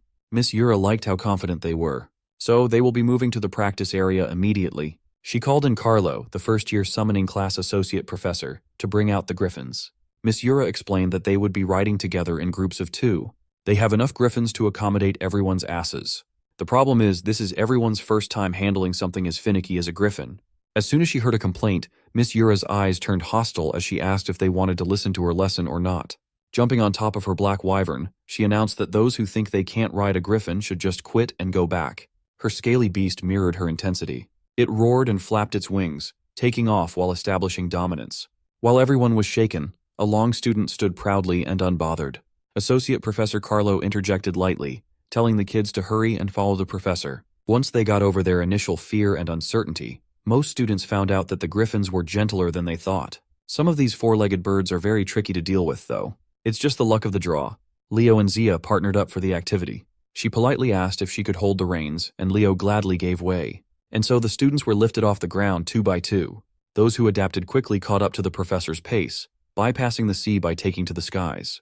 They were not expecting to be allowed to do something so bold as to ride a griffin on the first day. As expected of Lumine's top-notch programs, everyone's uneasiness regarding the griffins is practically erased. Some students were even bickering as to who should hold the reins. Xia and Leo were breezing through the sky with Xia as the driver. She was a bit worried, but the griffin they got is a real sweetheart. But it's still best to be careful. Griffins are difficult to control for first-time riders. Seeing that everything was going swimmingly, Miss Yura decided to shake things up and pulled out a whistle. She blew on it with strength, emitting an imperceptible sound that only the griffins could hear. As soon as the four-legged birds heard the tune, it was as if something primal awakened inside of them. Their talons protruded in full display, and all of the birds started behaving erratically. The weak-willed students turned to the professor for help, not knowing that she's the reason why the beasts are going out of control. Miss Yura reckoned that those who can't even handle an out-of-control griffin should not call themselves a student of Lumine Academy. Even Zia, a reasonably experienced young summoner, was struggling with their bird. While she was trying to wrestle the bird with the reins, Leo grabbed her hand and waist to stabilize her seat. He warned her that griffins are prideful beasts. Trying to overpower them with strength will only make them act out even more. He was gentle with his touch. Leo finessed her fingers in subtle ways to keep the rampaging mount in control. Taking over from behind, he shifted gears and made the griffin fly faster than ever. They were going so quickly and steadily that they eventually passed the professor and her associate. Miss Yura praised his control over the beast. She turned to Carlo and confirmed if the first-year representative was an applicant for the night major. According to the records, that should be the case. He's riding so good that she wonders if he has a personal griffin back home. However, according to Carlo's records, Leo is not from a noble household that can afford one. That must mean he's operating purely on talent alone. It's still early in the class, but Miss Yura is optimistic that she might have just found a hidden little gem. After that sky debacle, every student eventually reached the island of summons, every summoning major's practice grounds. A lot of the kids were throwing up on the beach after such a nauseating wild ride. On the other hand, Leo is just roaming the white sandy beach in search of a suitable fruit. When he finally found one with the right size and ripeness, he motioned to pluck it off the tree and saw a burnt feather. His mind started racing with possibilities, but he kept it to himself for now. After grabbing the ripe fruit, he fed it to the griffin as a sign of gratitude for bringing them to the island safely. With everyone accounted for, Miss Yura called everyone to gather up. From now on, they will be taking a practical exam on the first day, no less. Some of these kids just wanted to check out the exploratory class period, but now they're facing an impromptu exam. Miss Yura explained that compared to the other two majors, the path summoners must walk goes much further. Everyone should already be aware of that. For summoning, just having control over mana is not nearly enough. In order to make a proper contract with a suitable spirit, one needs the proper spirit affinity. To command your summons adeptly, adequate taming ability is a necessity. The path is hard and complicated. That is why the number of summoner heroes is vastly lower than that of the other two traditional classes. However, compared to other heroes, summoners who rise to get the title accomplish much more than the vast majority. Great summoners have deeply etched their names in history. That is the allure of being a summoner. Every student here wishes to become that sort of legendary figure in their own right. Eliza Hergen, from the renowned summoner hero family of the North, the Hergen clan, stepped up to the challenge and asked the professor what sort of exam they must face. Miss Yura explained that, as the name suggests, the island of summons is full of beasts and spirits. Since a summon is considered a form of weapon for summoners, the exam will test every student's taming ability. With that in mind, the contents of the test are simple. They just have to tame a summon in the forest and bring it back to the beach. After taming and making a contract, they are free to keep the summons. The students erupted in celebration. It's not every day that they get an opportunity to tame their own beast. While everyone else is rabidly running into the woods, excited to find their new pets, Leo just calmly walks into the forest. Surprisingly, Eliza followed him from the entrance. The rumors of his victory over Duran have quickly spread. Seeing him in the summoner class, she can't help but say hi. The other prominent students in the class took note of this interaction.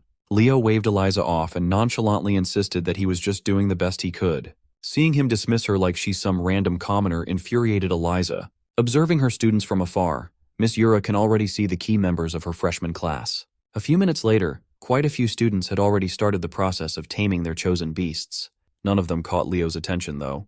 Some of the students noticed that the freshman representative was going a bit too deep into the forest. Some were praying for his downfall, thinking that he'd fail to tame a summon, receive a 0, and run back to being a barbaric knight major. Unbothered by all the hubbub, Leo followed the trail as deep as he could. His guiding light is the feather he saw from the orange tree earlier. A few minutes ago, its tip was burnt badly, but now it's back to pristine condition.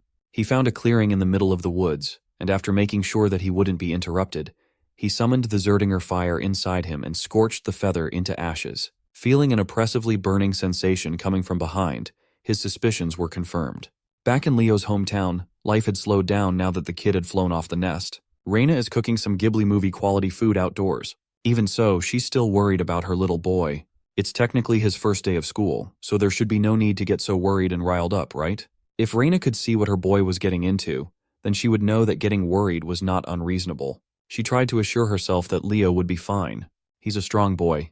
Meanwhile, that boy is being cooked by the most intense heat one can imagine. He's being surrounded by the fire from one of the 3 great summons, the legendary Phoenix. With a voice that commanded flames, the Phoenix was confused to see a mere child using the flame of Zerdinger. The legendary beast only showed up when smelling Reina's flame. Hearing his mother's name, Leo asked the Phoenix how he knew his mom. It seems like the Phoenix showed up just in time then. The legendary beast is surprisingly acquainted with Leo's mom. It asserted that it owed Reina a great debt. This is Farina, one of the 3 mystical summons, the elusive Phoenix. She properly introduced herself, giving Leo the respect worthy of Reina's blood. Leo Plov returned the respectful introduction with one of his own, and asked Farina to elaborate on her relationship with his mom. The Phoenix confessed that Leo's mom saved the life of Farina's summoner, Ellen Lunda. Hearing the name made him jump in fright. Ellen Lunda is a proper hero. The incident happened while Ellen was clearing a dungeon in Siren. She had lost all her comrades and was in danger of losing her own life at that time. Then, Reina Zerdinger came in scorching hot to save her. She was a dignified knight, but in the process of saving the hero, Reina lost her blazing aura. If it hadn't been for that event, Reina would have surely reached the coveted seat of the heroes. It's Leo's first time hearing the whole story, but his mother always said that she did not once regret what she did that fateful day. Farina laughed, knowing that Reina really was that kind of knight. Changing the subject, Leo asked why a legendary phoenix would be in Lumen. Unfortunately, she can't tell her the reason. Farina was also confused as to why a little knight would be on the Island of Summons. When he professed that he was also taking summoning lessons, Farina was prompted to take a closer look at the boy. After seeing such a rich aura inside of him, almost as though he's not a child, Farina roared in laughter, deeming their meeting as fate. She can finally repay the debt that she owes his mother. Farina urged Leo to reach his hand out and hold her flame. The fire danced around his palm and eventually took the shape of an egg. Inside was the child of a phoenix. Farina hopes that one day, when he becomes a great summoner, Leo will make a contract with her child. It's unfortunate that the summoner was arranged to receive the egg, but Farina prefers Leo. When the young man asked if it would be possible to hatch and tame it now, the phoenix almost dropped to the ground in surprise. Before she could stop him from trying to initiate the process, a fiery light had already appeared around the boy's body. Farina tried to warn him that it was far too early to do this. If things go wrong, he might even lose his life. With unshakable concentration, Leo reached the point of no return. Farina was forced to accept that his willingness to challenge the impossible without even flinching is a trait he got from his mother. All she can do is bid him luck. In the process of hatching the egg, it was as though it was only him and the fire inside it existed in the world. Leo reached his hand out, enamored by the beautiful blaze. As soon as his palm touched the little fire, it grew into an unstoppable wild flare. Leo panicked and pulled his hand away. The heat is starting to make it impossible to breathe. This is the caliber of Phoenix Flame. This trial must be a way for him to experience what the mythical beast goes through. As a result of burning their bodies to emit powerful flames, a phoenix must endure unbearable pain every day. They live with burning flesh for an eternity while continuously regenerating at a monstrous rate. Even if just a little, Leo can understand their pain now. So he stopped fighting the pain and accepted the fire. It swallowed him whole as he joined the phoenix in its pain. The blaze reached its tipping point, rampaging all around his body. Suddenly, the egg in his hand started to crack and shatter. Leo opened his eyes. a newfound wisdom and acceptance for the agony imprinted in his soul. The fire that burned his flesh slowly coalesced around the egg, hastening the hatching process by a lot. Farina curiously asked if he had succeeded, and he confidently replied that he did. She smiled and stamped him into a true genius for pulling off such an insane move. If a phoenix tells you that you will be the world's greatest summoner, you better believe that shit. Before the egg can completely hatch, Farina is already congratulating the young man for making a successful contract. The eggshells burned to ashes, and what remained was an adorably tiny little chick named Fiora. Farina was so excited that she transformed into her human form as she entrusted her kid to Leo. By all accounts, Fiora just looks like an ordinary red chick. She's really cute, though.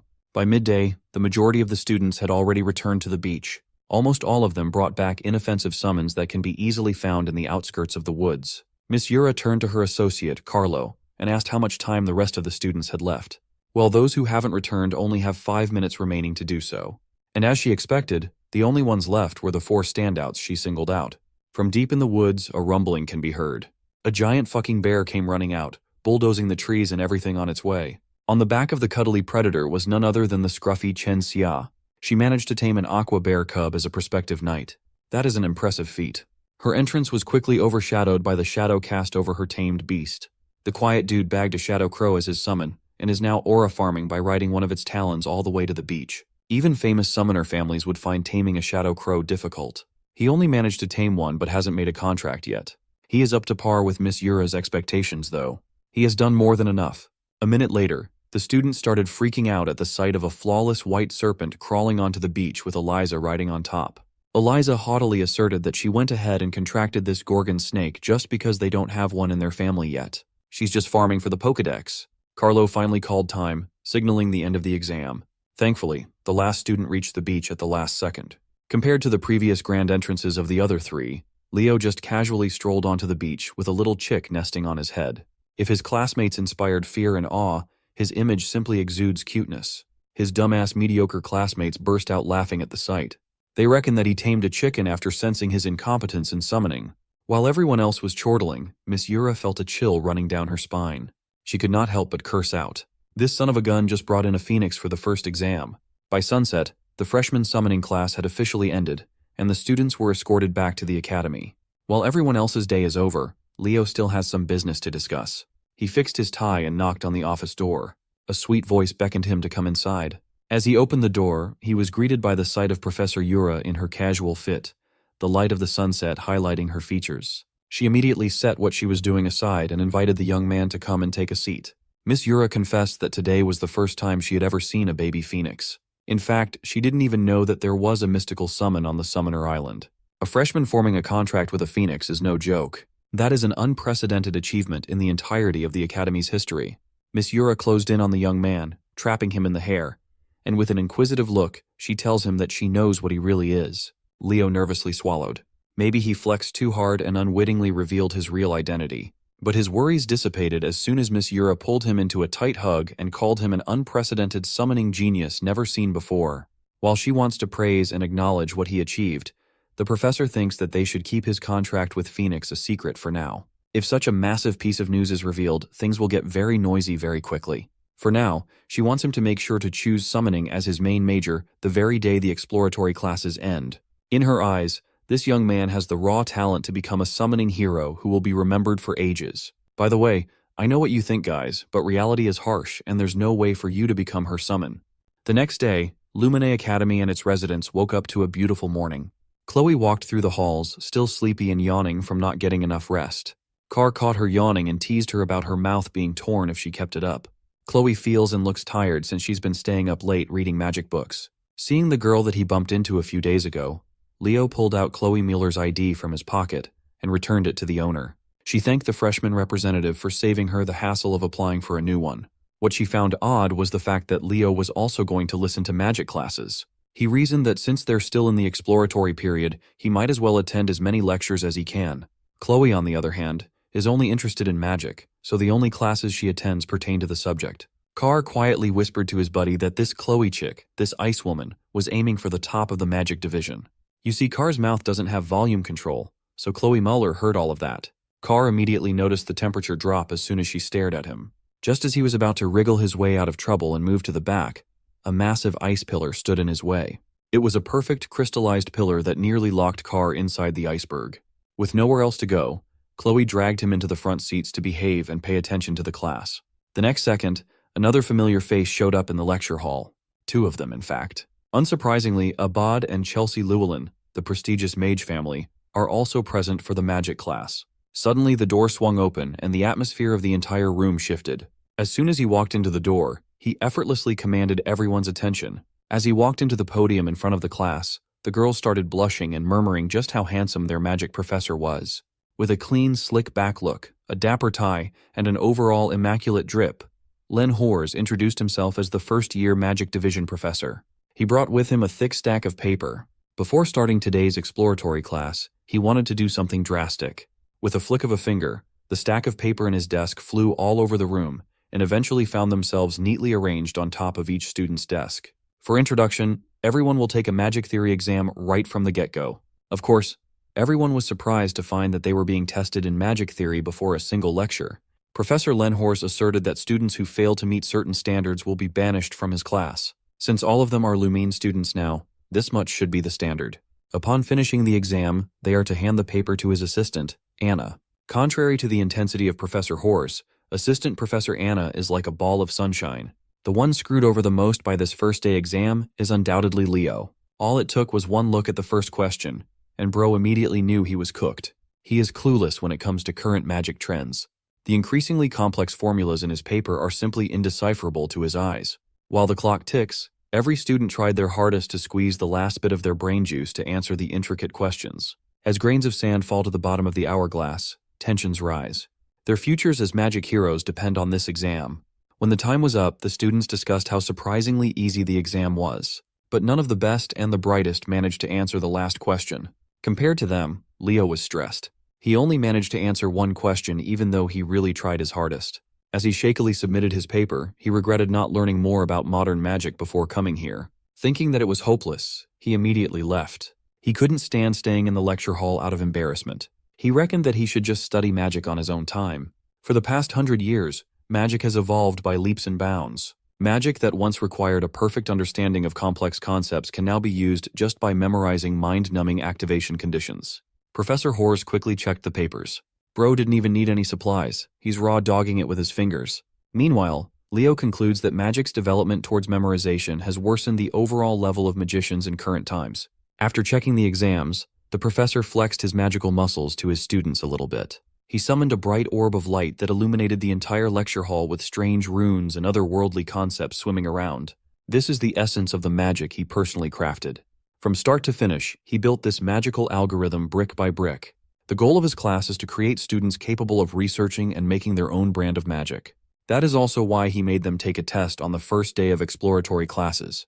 There were 49 questions worth 1 point each, based on simple memorization of increasingly difficult concepts. The last question, worth 51 points, analyzes the true essence of magic. Professor Hors hopes that in the future, his students can become magicians capable of solving that last question. Chelsea breathes a sigh of relief. Now she can rest assured that no one else got the last question correctly. She didn't even know where to start solving it. She looked up and saw Leo's seat empty with his exam paper neatly laid down, thinking that he had given up. That bummed her out. It would have been nice to attend magic classes with him. After the professor's impassioned speech, his assistant came up to him and whispered something with urgency. Anna quietly told him that there was a student who solved the 50th question correctly, shocking the stern professor. The stoic and firm Len Hors vanished. He heartily laughed in front of the class upon hearing such good news. He asked his class who among them just made history as the first student to figure out the 50th question in one take and get a perfect score. Professor Horse was blushing and salivating at the thought of molding a generational magic genius. But Anna quickly corrected him and said that the student didn't get a perfect score. That was fine too. He didn't let that bother him. He reckoned that the student must have missed a few items due to spending so much time at the last part. Then Anna just dropped the bombshell with another whisper. The student who got it right only solved the last question and left the other 49 untouched. The professor demanded the name of the student, and Anna gave him Leo Plov's student file. Professor Horse called Leo's name out loud, ordering him to stand up. But it was too late. Even his friends didn't notice him slinking out of the classroom after shamefully submitting his work. To break the awkward silence in the room, Chelsea carefully raised her hand and explained that Leo left right after finishing the test. His test score is an utter anomaly. He technically scored the highest out of everyone else by solving the last part and nothing else. The subject of the magic class's uproar is already in the cafeteria, hanging out with Celia. He shared what just happened, and she laughed at his face for fucking up the exam. He got a cute baby bird in the summoning class, and he crashed out in the magic class. In Celia's opinion, Leo must realize that he's doing something wrong with his school life. She insisted that he should just focus on his swordsmanship. He's a knight major, after all. When asked if she would like to do some stamina training, she immediately changed the subject. Their friendly conversation was interrupted by a ghastly presence zooming in behind Leo. Professor Hors is fuming. He thinks this knight major kid just made fun of his class. He confronted him about leaving after just one question. He asked if the questions were so easy that they weren't worth answering. Leo stood up and respectfully cleared up the misunderstanding. He confessed that he genuinely thought he had zero chance of passing that exam. For him, every question except the last problem was way too hard, and he had no clue where to even start with any of them. He slyly explained that he studied magic on his own by reading old magic books, so he wasn't up to date with any of the modern ones. A thought started forming inside the professor's mind. He then picked up the young man off the floor like he was a cat or something. When he let go, Leo had never been so confused in his entire life. Meanwhile, the professor's eyes are gleaming with joy and possibilities as he urges Leo to follow him for a moment. Leo did not even get the chance to refuse or ask where they were going. Professor Hors grabbed his collar and dragged him out of the cafeteria like a child who had just found his new favorite toy. Celia was frozen in her seat. This was her first time seeing the Academy's professor of magical theory, and he made quite an eccentric impression. Poor Assistant Anna missed his boss by a few seconds. She failed to make sure that Len Hors didn't do anything strange. The poor lady didn't even have the chance to catch her breath as she tried to chase after the madman. The professor brought Leo to his office, started scribbling magic theory problems on his chalkboard, and asked the young man to solve them for him. He reckons that if the boy did not solve the final question out of pure luck, then he must already have his own established magic system in his mind. Professor Hors stood on the sidelines waiting for the young man to show him a new magic system through the solutions. But not even 10 seconds passed, and Leo had already finished writing his final answer on the board. Shocked and a little frightened, he asked if Leo had mentally solved all the questions he had presented. That's more or less what Leo did. The professor just hit the jackpot. After all these years of mediocrity, he finally found a seedling worth cultivating into the highest echelon of heroes. Professor Brojo Satoru is right outside, minding his own business and walking through the halls. Unbeknownst to him, his calm day is about to be pestered by his overenthusiastic colleague. Professor Hors came running to him with a broad, innocent smile and eyes full of life. Bro was not having any of it. He knew that whatever his coworker was smiling about would ruin his perfectly calm day. So, he turned around and walked back in the direction he came from. Len Hors grabbed his feet while repeatedly thanking him like an overstimulated dog. Professor Albie had to use magic to keep him away. This is not the first time he has seen Len Hors act out, but he's going a bit too far today. Professor Hors didn't give a damn even if he's suspended midair. He just wanted to express his gratitude for discovering the genius that is Leo Plov. Albie was confused. Why would this magic fanatic call a knight in training a genius in magic? Hearing him mention knighthood and Leo in the same sentence made Professor Hors irate. He insisted that the kid must become a sorcerer at all costs. He won't stand by and let such a talent rot away while wielding metal sticks. Finally, his assistant and part-time babysitter Anna caught up with her boss. While he was ranting about how sending Leo to the Knights would be an insult to the field of sorcery, Albie dropped him to the ground. At least the professor is very appreciative of Anna catching his fall. After running all over the campus, the sunshine and rainbows demeanor of the assistant is gone as she insists that they return to class. Speaking of the devil, Leo walked past the commotion, and Professor Albie gave him a reassuring smile. The young man reckoned that sorcerers have not changed at all with time. Even to date, they're all lunatics. A week after the magic theory debacle, the exploratory classes finally ended. Leo is just chilling on the roof, reading his book away from any drama and over-the-top commotions. As usual, he is researching his own legacy. Today, Kyle, the supposed hero of the beginning, is widely known as a fraud. Seeing how the world moved without him and the change of perception is still weighing on his mind. While he was quietly contemplating the passage of time on the rooftop, the first-year professors were running around the campus halls. Without even knocking, they barged into the principal's office with complaints. In Professor Elan's hand is Leo Plov's application form. Listed on the kid's major course are knighthood, sorcery, and summoning, all three of the major hero disciplines. After seeing the kid's untapped potential in every field, the professors are engaged in a war to get him to their side. Moreover, a student taking on every major discipline is unprecedented in any hero military academy. They think that their students must devote themselves to a single major. Principal Badian just laughed at their squabbles, saying Leo reminds him of that fictional hero from all those grandiose storybooks. Hearing the principal made the professors pause their chaotic debates. Principal Badian cited that the fifth grade hero, also known as the hero of the beginning, Kyle, is the only person who allegedly mastered all classes in history. Meanwhile, Celia and Chelsea are currently panting in exhaustion as they run around the track. Carr found Leo lounging under the shade of a tree and asked why the girls are training so heavily on a weekend. Chelsea asked Leo to train her, and he obliged. That doesn't explain why they're just running circles, though. Leo simply answered that, above all, even more important than weapons, a hero must possess unlimited stamina. This cardio exercise will enable that. Even Chelsea has completely bought into the idea that stamina is the most important aspect of a battle mage. On break, the girls flocked to Leo as he handed them water bottles to hydrate. Surprisingly, Chelsea seems to like training her stamina on the weekend. She wants to run with Leo. As soon as Celia heard the poor girl say that, she spat her water as the trauma of training with Leo surfaced in her mind. Since he's already planning to run anyway, he might as well direct the ladies. But Celia has vowed to never run with him again. Noticing their interaction, Carr asked Celia and Leo what was going on between the two of them and why they seemed so close. He even thought they were dating at first. Celia ended the confusion by dropping the bomb that they are nothing more than cousins. Leo is her paternal aunt's son.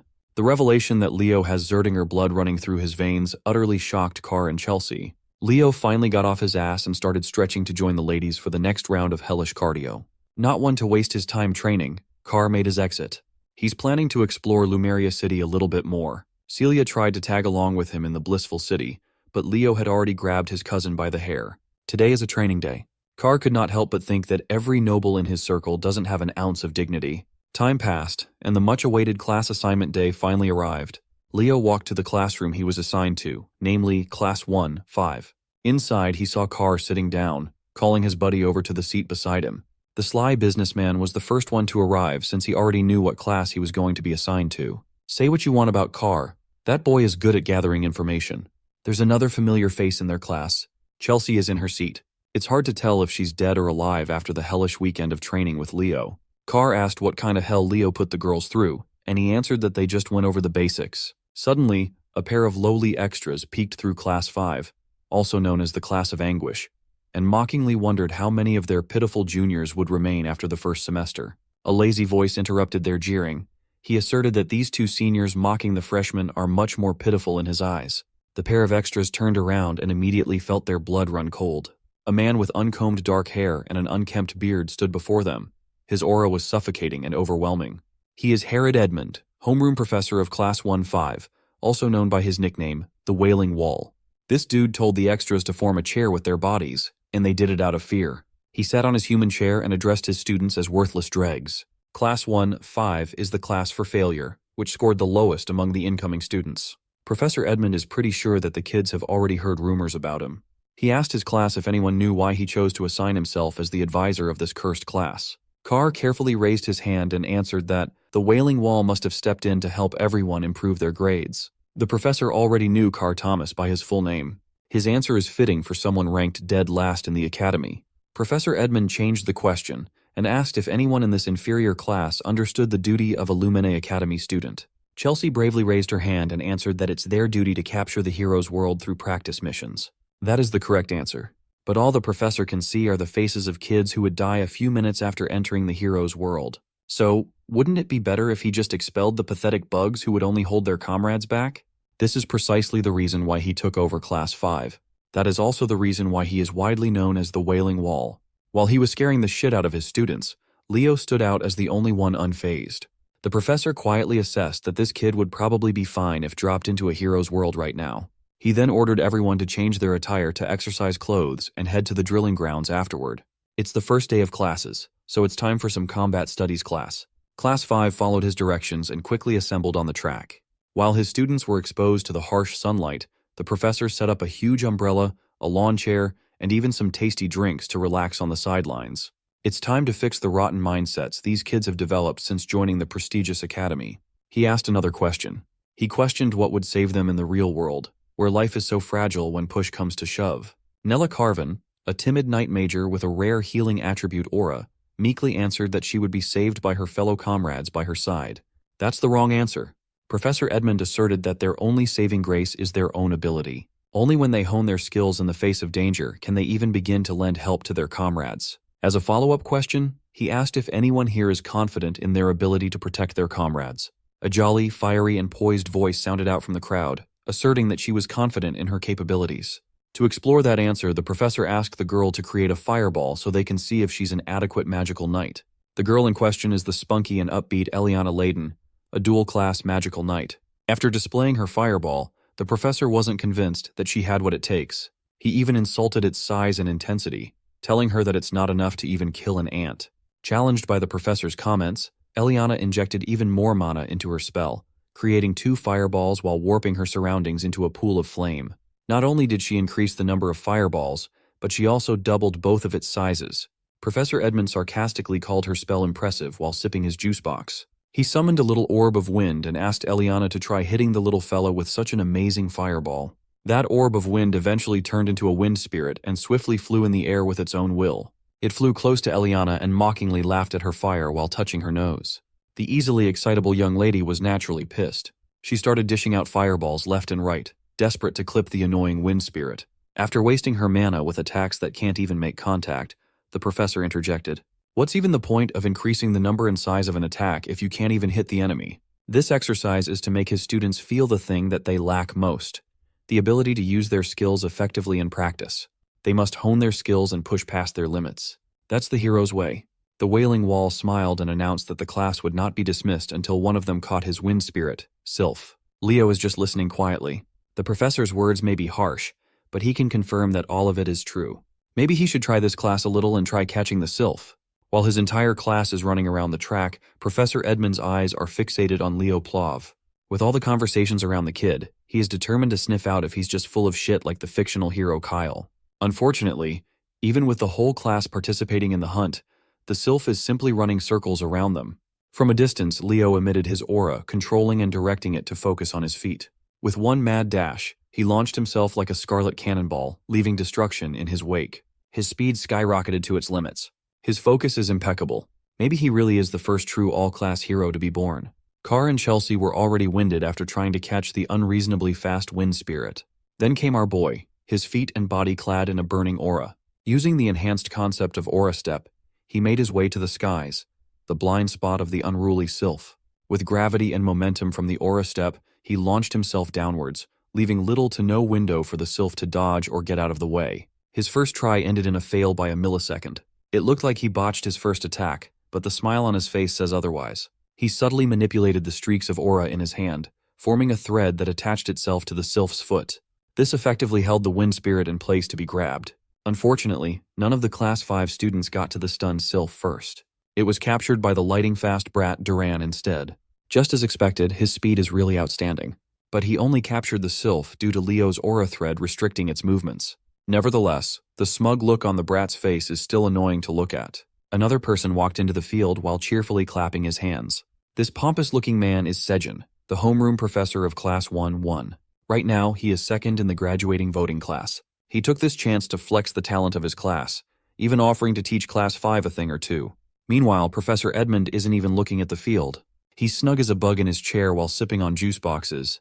He then asked his colleague to take over his class for the day. While Professor Sejin is number 2 on graduating class voting, this chill guy is consistently bagging number 1 every year. The students, especially Carr, are hyped to see the clash of the 2 pillars of Lumene Academy. These 2 professors have worked at the academy for over 2 decades. Professors Ain, Yura, and Len were apprentices of these 2. Overhearing his yapping, the adorable Nella Carvin asked Carr how he knew so much about academy affairs. Unfortunately, this boy has no riz at all and is prone to scaring the hose. Professor Sejin haughtily laughed.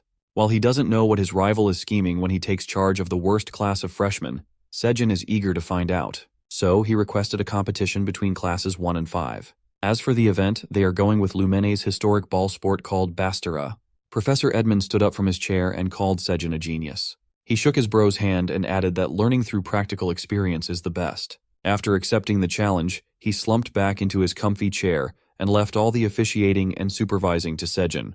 Professor Sejin can't fathom just how he keeps on losing the graduating class vote to this lazy-ass man while his students look at him with pity. At least the Wailing Wall addressed his class one more time, saying that this Bastera match against Class 1 is an opportunity for them to practice their skills. And one last thing, He warned them that if they lose, everyone in the class will be expelled. Hearing that, even the students are shocked since it's their first class ever with him. Not to mention that their opponent is Class 1, a class with 3 captains on their side. Herod doesn't care about their excuses and tells them to try even harder in that case. Also, he thinks there's very little for them to worry about when they've got the freshman representative of all people in their class. He instructs Leo to choose 6 candidates for the competition. Contemplating his teacher's request, Leo is certain that he's being tested for some reason. It's not coming through a place of disgust. Rather, the kids in his class have all lost their spirit after just 1 week of enrollment. With their spirits crushed, Leo thinks that Herod wants to use him as a means to lead the defeated students of Class 5, since they've lost all hope already. Class 1's teacher uses his magic to create the arena, while Leo thinks that there has got to be some kind of way out in the Bastera competition, a way to help his classmates from their despairing situation. Lumine Academy's top brass are facing Class 5. Even Chelsea is sweating bullets in fear. She tries to explain the rules of the Bastera game because Leo doesn't know a thing about it. The game is a combat sport that stood the test of time at the academy. Based on that description, it doesn't sound more special than just a ball game. Thomas explains that it isn't so simple like that. In reality, it's much more threatening than a simple game. The Sword Princess Celia eggs on Chelsea for looking pale in defeat. Her provocation ends up with Chelsea lashing out in anger, refusing to lose to a Zerdinger. Leo, on the other hand, is as cool as cucumber and urges them to relax, since they won't be losing anytime soon. Celia is pissed and wants to show him the results of her training soon enough. As for Chloe, she's hell-bent on scoring a win against the freshman representative, unlike their previous outcome. Anyway, Sejin tells the participants to approach the arena. Leo looks to his classmates to ask who's going to join. 2 of them step forward, those being Chelsea and Eliana. The stakes are high as losing guarantees expulsion, which is why they're willing to do whatever it takes to win. Thomas and the others also quickly follow suit, as Leo signals to the professor that their class is ready to begin. Sejin whips out the ball and tosses it up in the air. Each participant from both teams has their eye set on the ball. The game begins with Duran and Leo reaching for the ball, but Lightning Boy is a second faster and manages to snatch the ball, seizing the initiative. The game has literally just started, and this man Leo decides that now would be a good time to learn the rules. Turns out the rules are quite simple. All he has to do is infuse the ball with aura, shooting it into the goal without using one's body. The first team to reach 11 points will win the game. Duran is on a rampage and releases the ball at a thunderous speed, causing Leo to evade it at the last second. As for Thomas, he couldn't even see the ball as it cut past him and scored right into the net. The first goal has been secured by Duran of Class 1, and has already caused even greater despair for Class 5 students. Tide is feeling the pressure and thinks they're all going to be expelled at this rate. So now Leo wants to know about how one could acquire the ball. There are basically 3 ways to do that. They can do it if the ball goes out of bounds during their opponent's turn, or if someone can catch the ball. As Tide is about to explain the final method, their conversation is interrupted with Eliana getting brutally taken down by Celia's explosive throw. The Sword Princess mocks them for carelessly talking when they should instead be focusing on the match. The situation is really bad for Eliana. Players can't directly attack or block opposing players, so the third way is to cause the participant unable to continue. The only way to do that is by attacking others with the ball. Leo has heard enough and seizes control of the ball, believing that it's the right time for them to fire back. Eliana is rendered unable to continue, leaving Class 5 with 1 less classmate to fight with.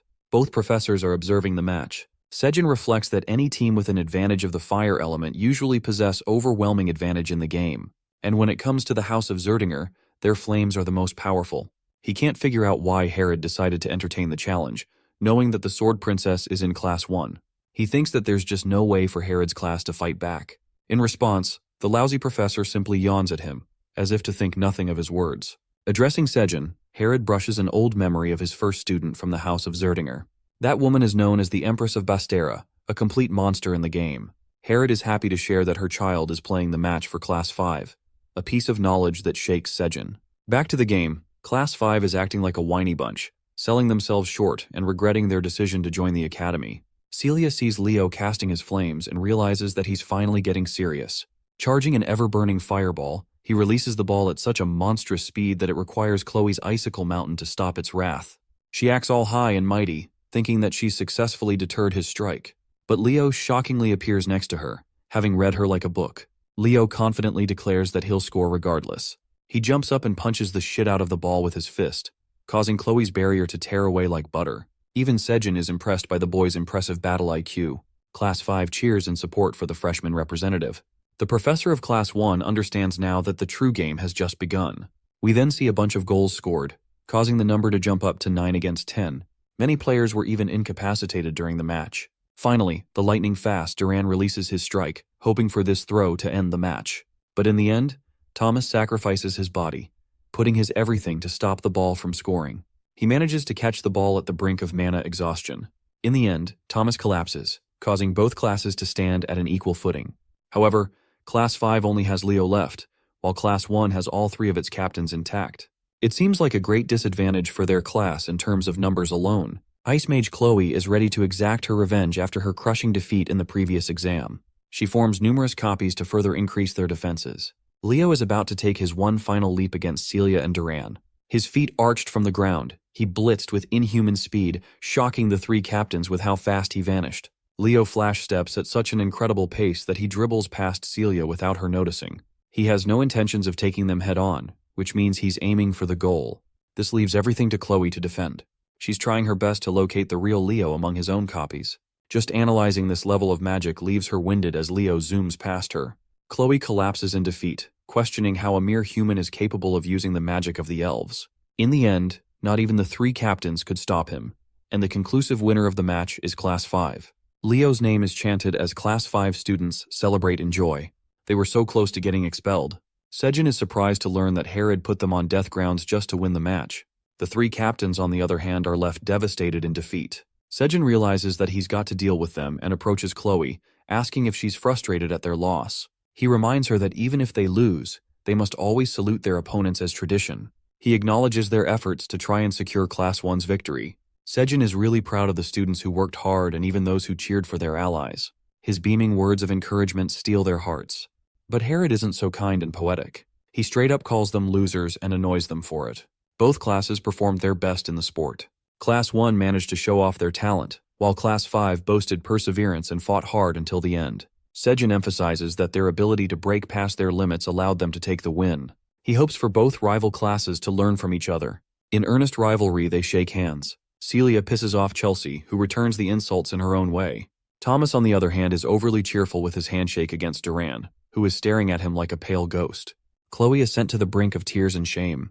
Leo extends his hand, praising her for her performance. He thinks that with just a little bit of effort and experience, she could really become someone of amazing stature. She takes his words as mockery at first, but seeing the boy's sincere expression, she changes her mind. Chloe hopes that she'll overcome Leo one day and shakes his hand. A month has passed since then. Our trio is enjoying a meal when Thomas curiously asks about their club selection. Instead of joining a club, Leo is interested in making one, causing Thomas to lose his damn mind.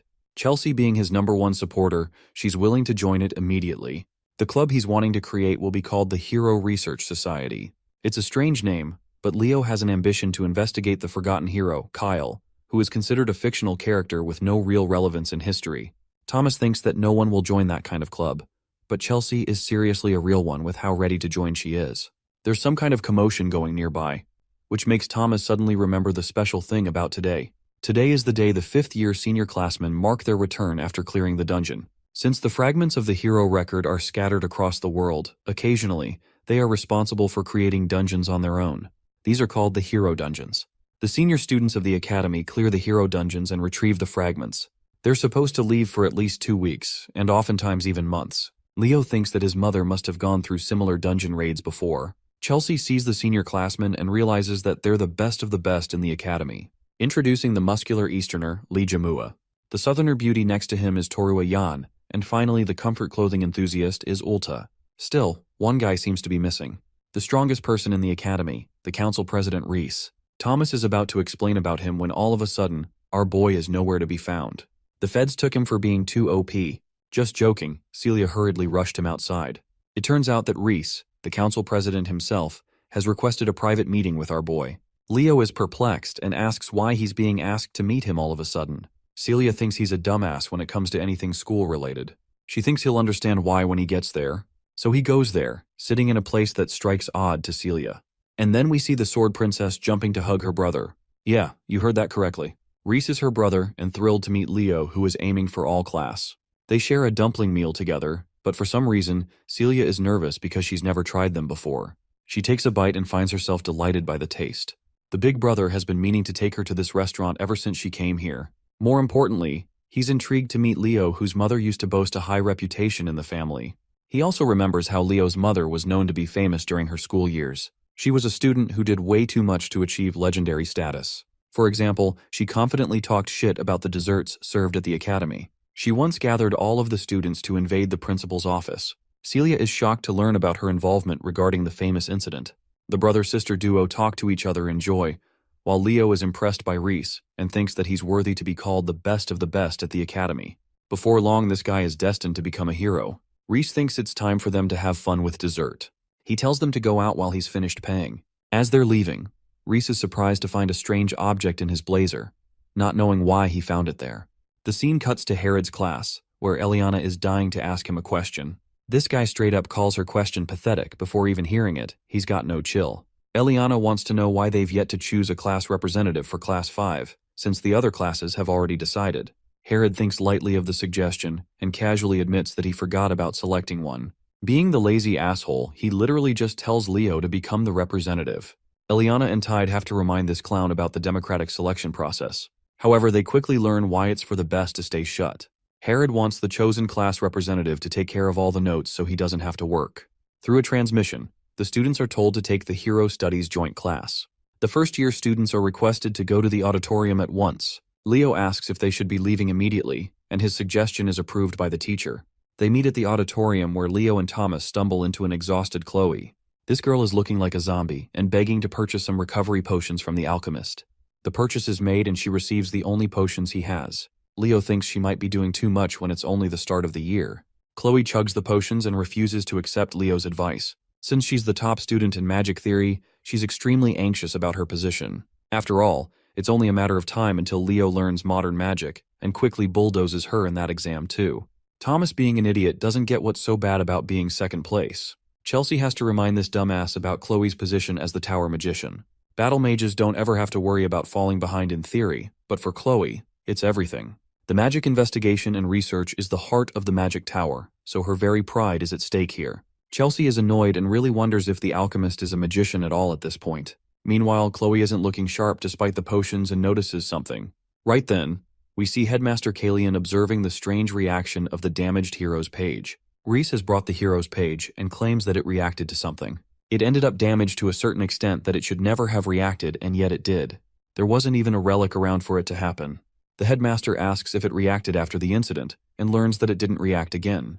Kalian is deep in thought and has decided to focus on this matter on his own. He tells Reese to rest up as he just returned from the mission. The headmaster asks his assistant Elena to take the damaged hero's page to the auditorium in the Hall of Beginnings. He wants it to be present in the first year's joint class session.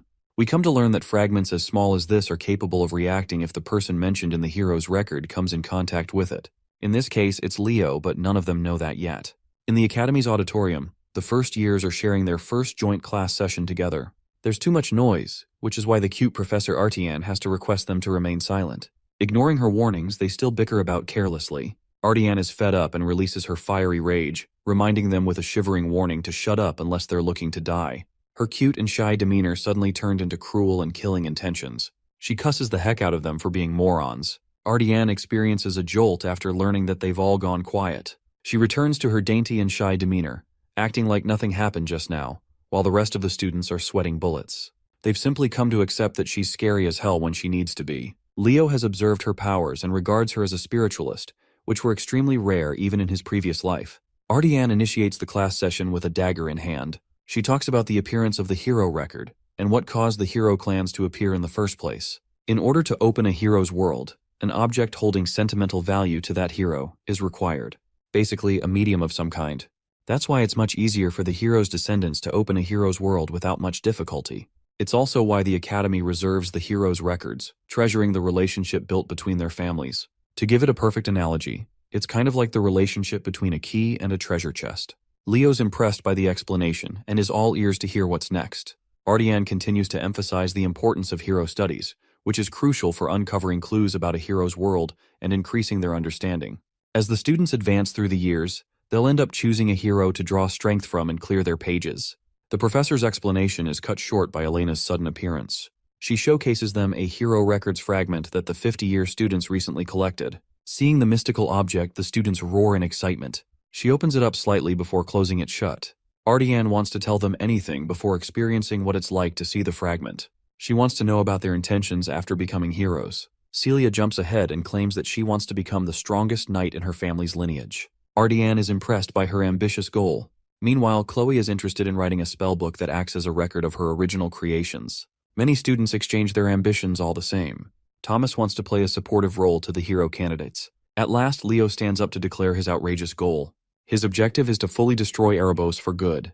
This declaration catches the attention of not only the students, but also the professors. Ardian tries to transition smoothly, despite being shaken by his words.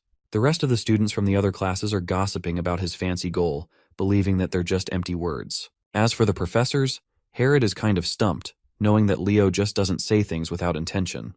It's been 1,000 years since Erebos was divided into multiple pieces and sealed.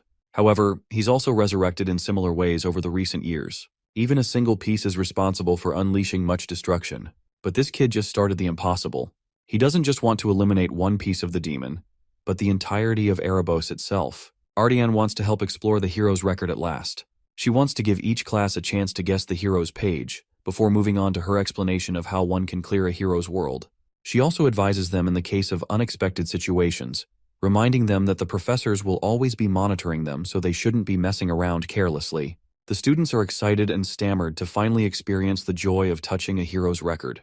Ardian thinks it's only right to call the representatives of each class to step forward. Celia from Class 1, Leo from Class 5, then Abad and Chen from the remaining classes. There were actually 2 fragments retrieved from the dungeon, but for the purpose of their lesson, they'll only be using one. The second piece is quite small in comparison, but it's still here to show them the different shapes. First up is Leo, who proceeds to interact with the piece, prompting the hero record to open. The hero's name and chapter are both hidden, but even the professors are worried that the record is reacting harshly. All of them are transported inside the nameless hero's world, baffled to discover an environment of chaos and destruction. The class representatives and the professors have been transported to a different world. What greeted them was a mountain of monster corpses littered all around what can only be assumed as a battlefield. Trying to get on top of the unexpected development, Professor Edmund warned everyone to brace themselves as they were now inside a hero dungeon. Professor Sejin, with his quick thinking, found a landmark they could use to figure things out. A fortress wall situated away from their spawn spot. Oddly enough, Leo Plav recognized the place from the Age of Catastrophe, the last line of defense for the last city, the walls of Gardaslan. If his line of thinking turns out to be correct, and the timeline is right, then Leo is the only one who knows what is happening. From a distance, he heard a familiar voice calling him by his old name, Kyle. The voice apologetically admitted that her unfulfilled wish was indeed a foolish one. The voice belonged to a woman that the modern times hail as a legend, one of the original heroes and Kyle's comrade, Lycina's. As foolish as her wish was back then, she wholeheartedly believed that they would eventually save the world. And they did. Seeing a friend who existed thousands of years ago stirred all kinds of emotions inside Leo. Facing Lycina's on this crumbling battlefield was outside of his wildest dreams. Her smile lit up the entire hero's dungeon, shattering reality and knocking everyone back to the real material world. This quick and bizarre event stemmed from Kyle grabbing the little piece of unknown hero's record, which was solely meant for display. Chensha worriedly asked the professors what had just happened, but none of them knew what to do. With an exasperated look, Professor Edmund hurriedly declared that classes were suspended. He urged everyone to stay calm and exit the auditorium in an orderly manner. While everyone makes their confused exits, Leo stays at the podium, still holding the tiny piece of ripped paper, deep in thought. He was certain that what he was holding was his own page. Kyle's page. In his hand is the biggest clue for his mission, a fragment of his own record. Seeing Leo in such deep contemplation fascinated Professor Edmund. Once the hubbub died down, the students scattered to find empty classrooms to hang around since the rest of the classes were suspended for the day. In one of the classrooms, Leo explained that they briefly saw the legendary Lycina's, the King of Wisdom.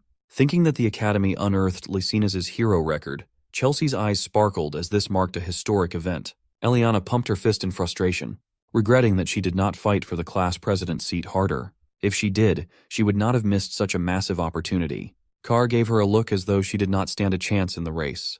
Picking up on the mockery, Elian rightfully rained down punches on the poor boy. Hearing the commotion, Professor Edmund entered the room to scold them for being so noisy. He gave them a choice between self-study or expulsion. With his eccentric ass, it's hard to tell if he's joking or not. When the professor exited the room, the students did not dare cause another ruckus just to be safe. Deep in thought, Leo asked himself why his hero record had been reduced to a complete mess compared to other records. It was in such a state that even he had a hard time recognizing whose world it was supposed to be. The opening prompt also hid the name of the world and the chapter of the record. It was almost as if someone intentionally destroyed his record to possibly erase his legacy. Since hero records are relics of the past that make it possible to inherit a hero's power, sabotaging one indicates that someone does not want to see the birth of a new hero. The only feasible suspect with the motive and means is none other than Erebos. He might be shattered into multiple little pieces, but his power knows no bounds. This incident just lit a fire in Leo's ass to investigate why his hero record had been reduced to such a state. After the hero record debacle, a whole month of uneventful school life passed. Let's turn our attention to the magic department class. In there, the absolutely dripped-out Professor Horse is explaining the contents of their midterm practical exam assignment. The first years are tasked with creating their own original magic. Hearing the mention of unique magic struck fear in the hearts of the young mages. Original magic is a type of magic that distinctly showcases a magician's individuality, creativity, and power. In today's era, where activation techniques have become mainstream, magicians rarely strive to create spells of their own. However, original magic can become one's secret technique to use in critical situations. This stems back to the star magic that every elf learns. As a matter of fact, star magic is also a minor copy of original magic. There had only been one person in history who wielded the true and complete power of star magic. That is none other than its creator, the founder of Nebula and one of the founding heroes, Luna. Hearing the professor emphasize the importance of the upcoming midterms made Chloe lock in. Sitting beside her, Leo could not help but notice an odd book on her desk. Simply being near the book gave him the heebie-jeebies. It emanated an oddly dark and familiar feeling. Seeing Leo taking an interest in her book, Chloe hurriedly hid it away inside her bag. If he's not mistaken, that was a grimoire. As if on cue, Professor Horse dismissed the class and wished them luck with the formulation of their own spells. As the first years slowly trickled out of the classroom, Leo ran after Chloe and grabbed her by the hand. Surprised, she shot her with an indignant look. Leo smiled and invited her to have lunch together. Of course, he did so with ulterior motives. He saw how sketchy she acted when she hid that grimoire, and he wanted to know more. Forcefully swatting his hand away, Chloe turned his invitation down, citing that she did not have time for such nonsense. Her mind is preoccupied with the thought of beating Leo in the upcoming practical exam. Just in time to diffuse the tension in the air, Carr interjected with his upbeat energy. He called Leo a rascal for daring to challenge the top spot in the Ice Queen's magic studies. Chloe is still taking her loss against Leo in terms of techniques. However, when it comes to pure magic, she refuses to let anyone surpass her spot. With clenched fists and commanding determination, she vowed to win the midterms no matter what. Leo knew that if he backed out or phoned it in, it would be disrespectful to Chloe's convictions. So, like a true sportsman, Leo offered his hand and gracefully accepted the challenge, promising to prepare well. Chloe shook his hand with an empty look in her eyes. I've never seen anyone more locked in than the Ice Queen. Goofball Carr was watching from the sidelines, absolutely in awe of his boy's natural technique to trick a girl into holding hands. Before the sunset, Leo found himself in the massive and monolithic Tower of Heroes. He's been told that somewhere in this gigantic place, Lumeni Academy's forbidden library can be found. If he can get into that place, he might find some clues about the mystery of his lost hero record. As he ascended the stairs, some seniors were charmed by his aura. Halfway through the top, someone called him by his full name. It was a senior with tanned skin, curly hair, and big round glasses. Dare I say, an absolutely baddie. Blowing her bubblegum, she asserted that she's been hearing a lot about the young prodigy from Professor Len Hors. This baddie is Torua Yan, a 5th year in Lumine's Department of Magic. Leo politely bowed and extended his greetings, not thinking much of the interaction with the senior. He tried to continue walking up, but Torua extended her long legs, stopping him from going any further and asking what business a first-year student could possibly have at the Tower of Heroes. Leo truthfully answered that he was simply here to meet with the student council president. Seeing his confidence, Torua's interest was piqued. She insisted that if he joined the magic department exclusively, he'd have plenty of opportunities with regard to the tower. She was quite pushy, even though he was already taking classes in the magic department. Torua finally stopped messing with him and moved her leg away. Leo continued on his way and thanked her for understanding. With a hint of threat, she reiterated her desire for Leo to declare magic as his main focus before the semester ends. She made herself clear, and it's up to the boy how to interpret her words. Leo responded with his perfectly polite smile. Once he reached the top of the stairs, he ran into a few more seniors heading even higher in an elevator. He joined them inside and pressed the 9th floor button. Much to his embarrassment, the button refused to activate no matter how many times he pressed down. He continued pressing, and the faulty lift continued to test his patience. Leo would have been stuck on this floor if it hadn't been for a friendly voice explaining to him that the buttons only activate when mana is channeled into it. The manly voice belonged to another senior who recognized Leo. This one sounded a little more upbeat and polite than Torua. This kind-looking big man is Lee Zamua, another fifth-year student in the night department. He flashed the rumored first-year class representative a toothy grin. Once more, Leo gave a polite bow to his senior and returned the greeting. Like Torua, Lee asked him what he came to the Tower of Heroes for. Upon saying they had some business to discuss with the student council president with a smile, Lee's interest was piqued. It is rare to find a freshman in the entire academy who is not even a bit scared of him, let alone someone bold enough to barge in straight into the student council president's office by himself. Impressed by his solid mental fortitude, Lee proposed that Leo should seriously consider joining the night department as his main affiliation. Tired of having the same conversation over and over, Leo just dryly laughed. Finally, after various interruptions that drained him before the main topic even began, Leo reached his destination. He knocked on the door, introduced himself, and asked President Reese if he could come in. A warm and welcoming voice from the other side of the door invited him in without a fuss. It looks like President Reese is knee-deep in paperwork, even though it's nearly sundown, but he welcomes Leo with a smile. Without wasting the president's time more than he already has, Leo got straight to the point. He asked to have access to the Academy's forbidden library. Hearing such a request shifted Reese's mood to become more serious. He knows that Leo is not the type to mess around, so he gladly explains the gravity of this request. You see, there are only two ways for an ordinary student to access the sacred forbidden library. The first and most straightforward way is to conquer a hero dungeon, which is easier said than done. Upon a successful dungeon run, it is customary for the conqueror to personally return the retrieved pages to the hero record stored in said library. Knowing that he was far off from getting access through that method, Leo asked for the second way in.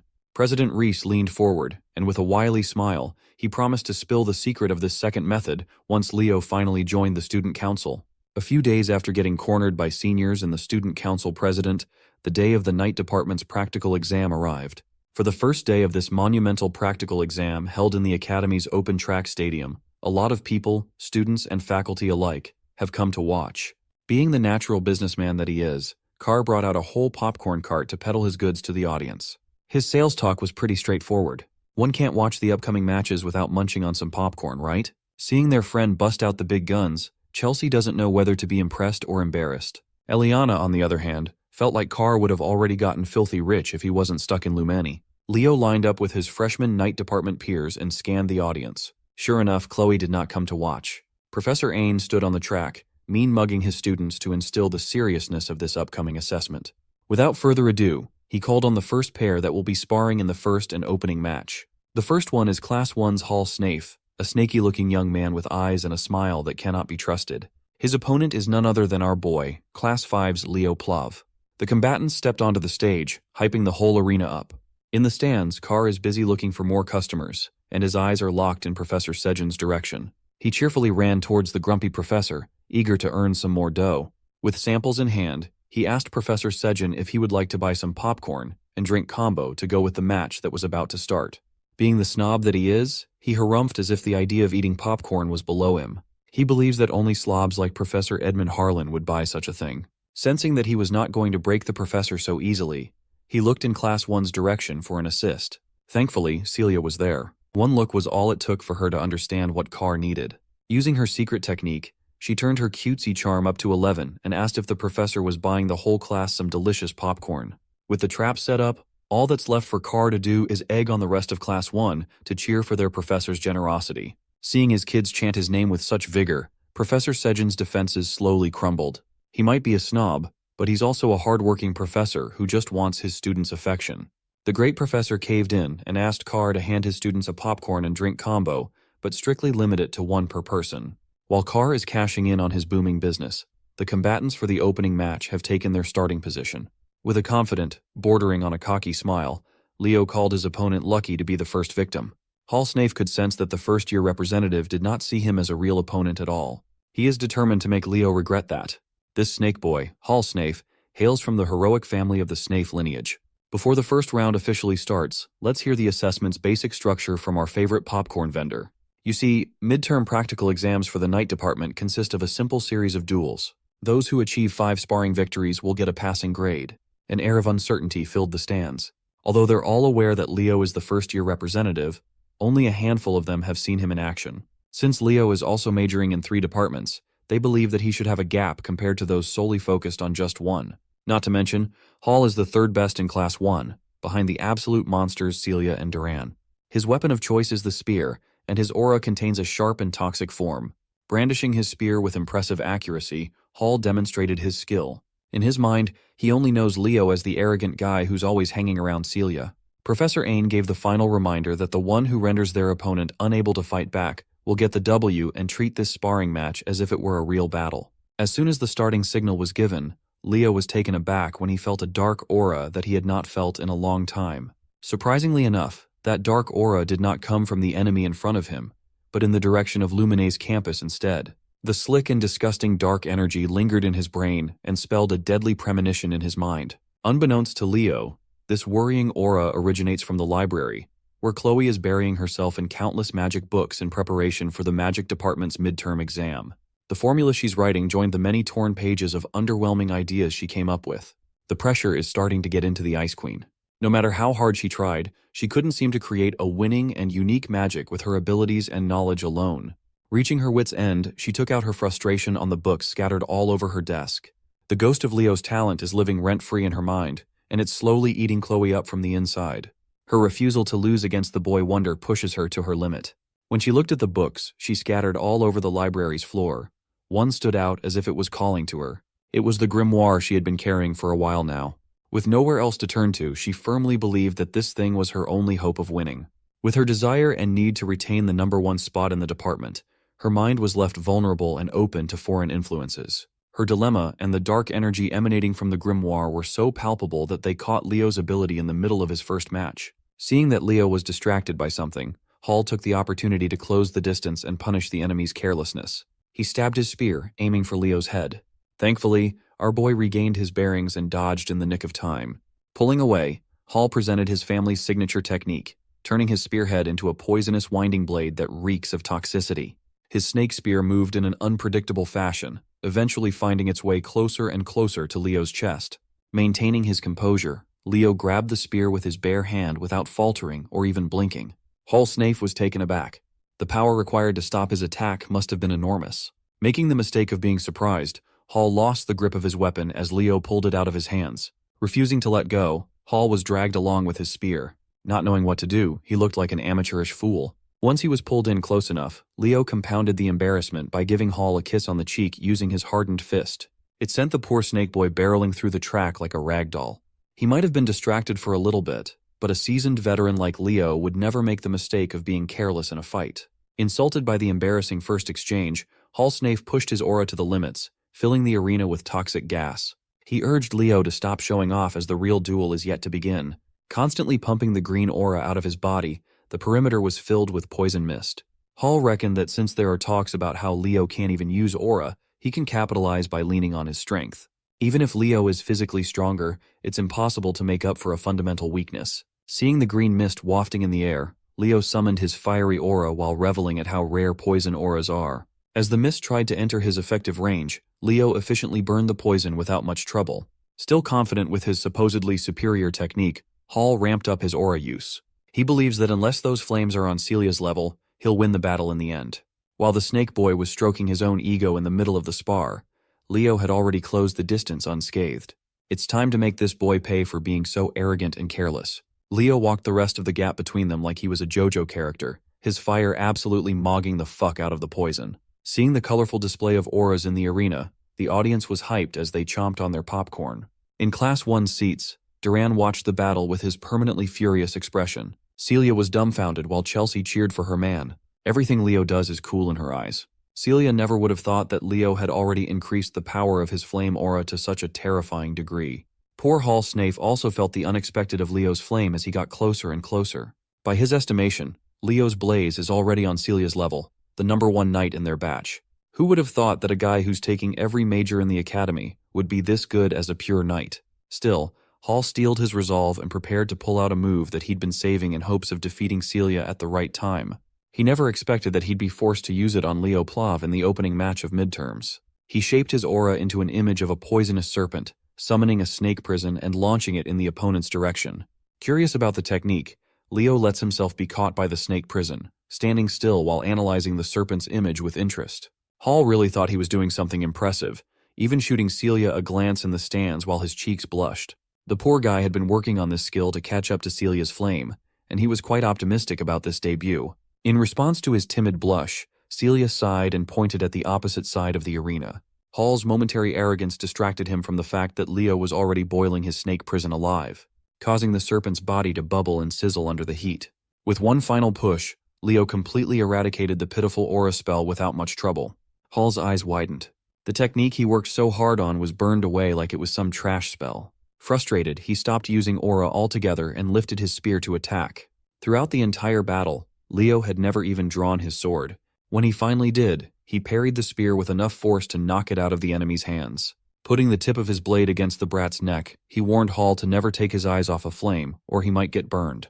While the brat falls to his knees, Professor Ain announces the winner of the first match. In a fiery display of dominance, Leo Plav took the W. His biggest fan, Chelsea, felt her heart flutter as she cheered for Leo. Carr, always believing in his buddy, knew that Leo would win this one without breaking a sweat. Hall walked back to his corner and accepted that Leo was built differently, even when it came to real fights. No wonder he can be by Celia's side all the time. Much to his surprise, a familiar voice praised his performance even though he lost miserably. Looking up, he saw Celia smiling from the seats, celebrating his cool technique. Even though he lost, Hall just got complimented by the girl she's been chasing after. So it was not that bad. He'll hold on to that compliment for the rest of his life. Proceeding to the next match, the professor called Class 5's Elian Layden to the stage. Jumping right into the fray with his fiery energy, Eliana demanded to know who her opponent would be right away. When Professor Ain called Chen Xia of Class 10 to the front, Eliana's pumped-up energy was dashed. She was so hyped to whoop some ass, but she drew the short end of the stick, and now she has to fight one of the night department's top 3. The ladies took their position, standing opposite one another while waiting for the go signal. With a smile, Chen Xia wished her opponent good luck with a serene bow. Even her politeness felt powerful. Still, Eliana is not one to back down, even if the odds are against her. She returned the polite greeting with a determined smile. As soon as the starting signal sounded, Chen Xia's hand gracefully moved to summon her water aura. The waves danced around her body like a serene ocean. In contrast to her vibe, Eliana's fiery will took the form of wildfire while she held a rapier in her hand. Leaning into the strength of her blade, Eliana pushed her speed to the limit with a stab. Chen Xia prepared to receive the attack by surrounding herself with a water sphere. Watching from the stands, Leo can tell that tanking that rapier would hurt like a bitch. But so is running at full speed and bumping into a solid shield made of water aura. Eliana was too hasty. She tried to end the bout in one attack and was punished quite heavily for it. Chen Xia's water sphere wasn't just a purely defensive skill, it could cook her enemies too. For the second match, her serene power grabbed the W handily. Eliana stood up and wiped off the pain of getting clobbered in one exchange. Despite the embarrassing loss, she believes that she didn't do too badly. Leo had already expected this result. It was a horrible matchup to begin with. Still, the battle could have lasted much longer, and it could have gone better for Eliana if she had fought with a level head. For the third match of the day, Professor Ain called the Night Department's leading figure, Celia Zerdinger, of Class 1. Much to everyone's surprise, the third match would be a blockbuster matchup that no one expected this early. Celia's opponent will be none other than Duran Moira, who will perpetually be in second place in Class 1. Celia looked at her grumpy classmate and smiled. She can already tell that this fight would be fun. Contrary to her smile, you can tell Duran is taking this spar with utmost seriousness. Back in the stands, Carr somehow managed to get a 3D glass while he got high on his own supply. He shoved the whole bucket to his seatmate, Leo, to share. Everyone's gaze was fixed on the stage. It's not every day you get to see the clash of titans. The vibe did not disappoint at all. The stage started heating up, and the energy was electrifying. Both of their offensive-oriented auras roared. With both blades drawn, the fight to determine the de facto top student of the Night Studies department is about to commence. As soon as the starting signal sounded, Grumpy Duran made the first move with his lightning-fast first step. His whole body and his sword looked as though they melded together in a thundering form. But Celia is a talented swordmaster in her own right. She had fast enough reflexes to parry the first few attacks without a problem.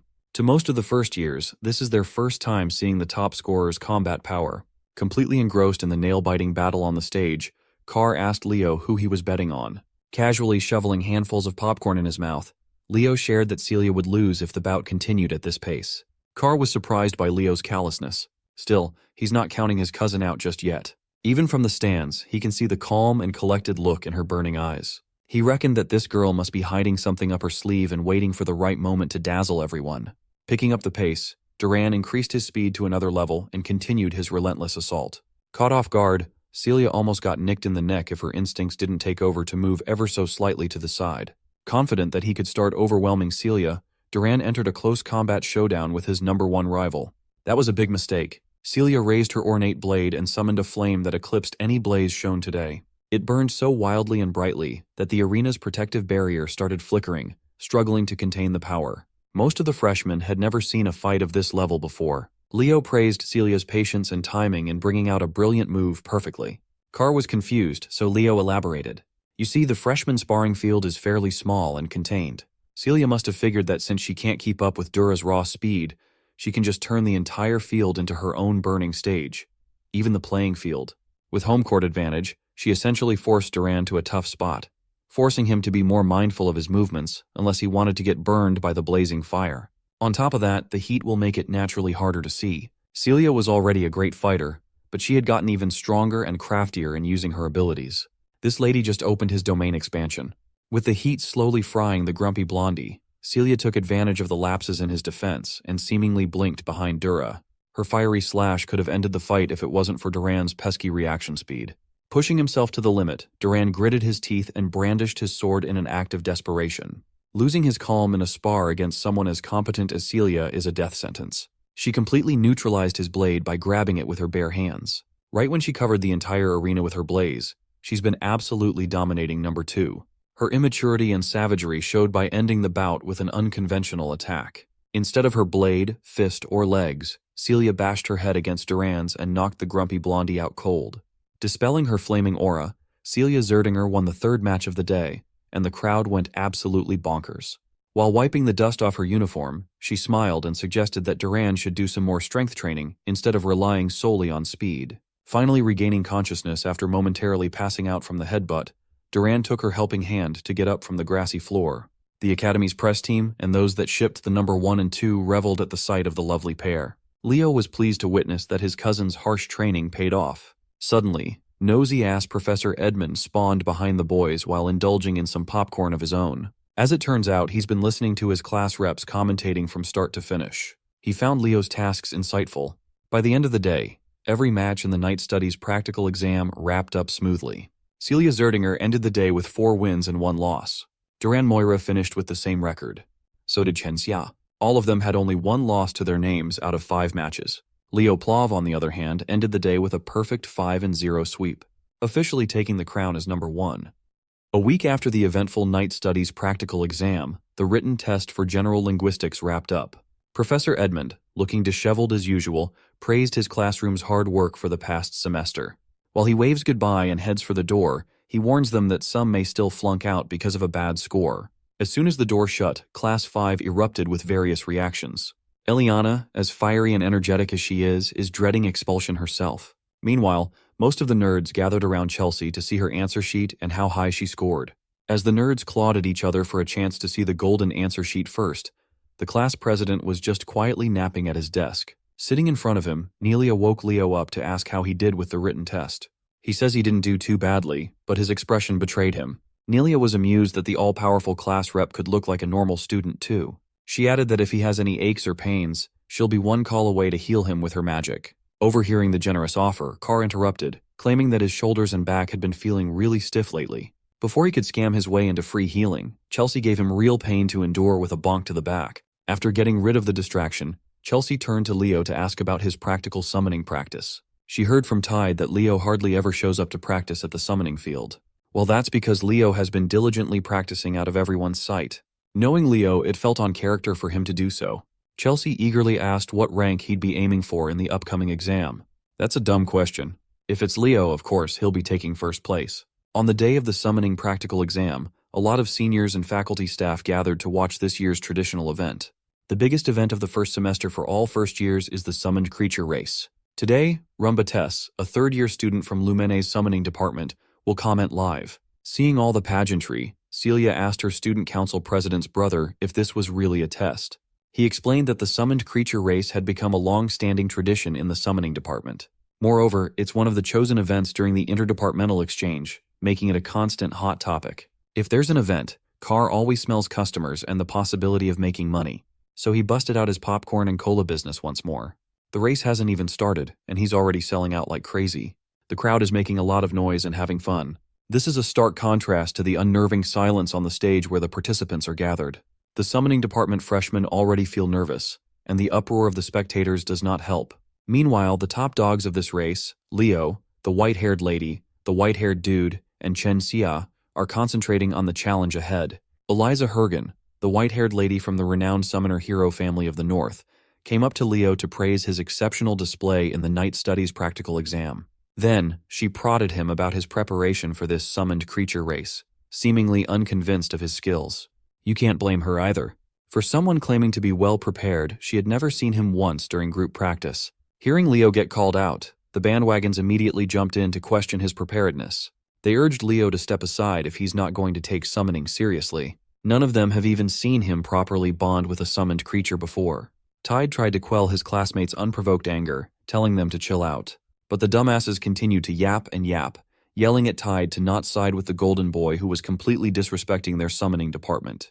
Chen Xia is getting worried about the increasingly tense atmosphere before the test begins. Sen Liu, a summoning department freshman from Sia's eastern continent, came up to her. He reckoned that since she already had good grades in her night studies exam, she shouldn't try as hard and worry about summoning studies. Having enough of the needless chatter, the captain of the southern continent and the #1 student of the summoning department, Walden Tyden, stepped up to shut all the noise down.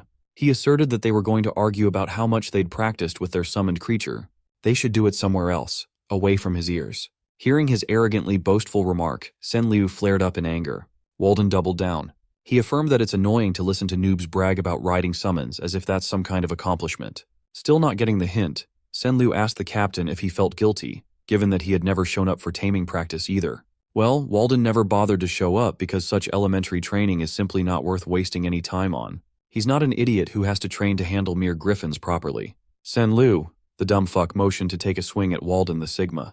Leo jumped in to keep the peace by grabbing the fool's arm. He warned that if a fight starts before the exam, it won't end with just a penalty, but disqualification. That was enough to get the dumbass to back off. Tide apologetically went up to Leo, uncomfortable with the tense atmosphere among the freshmen.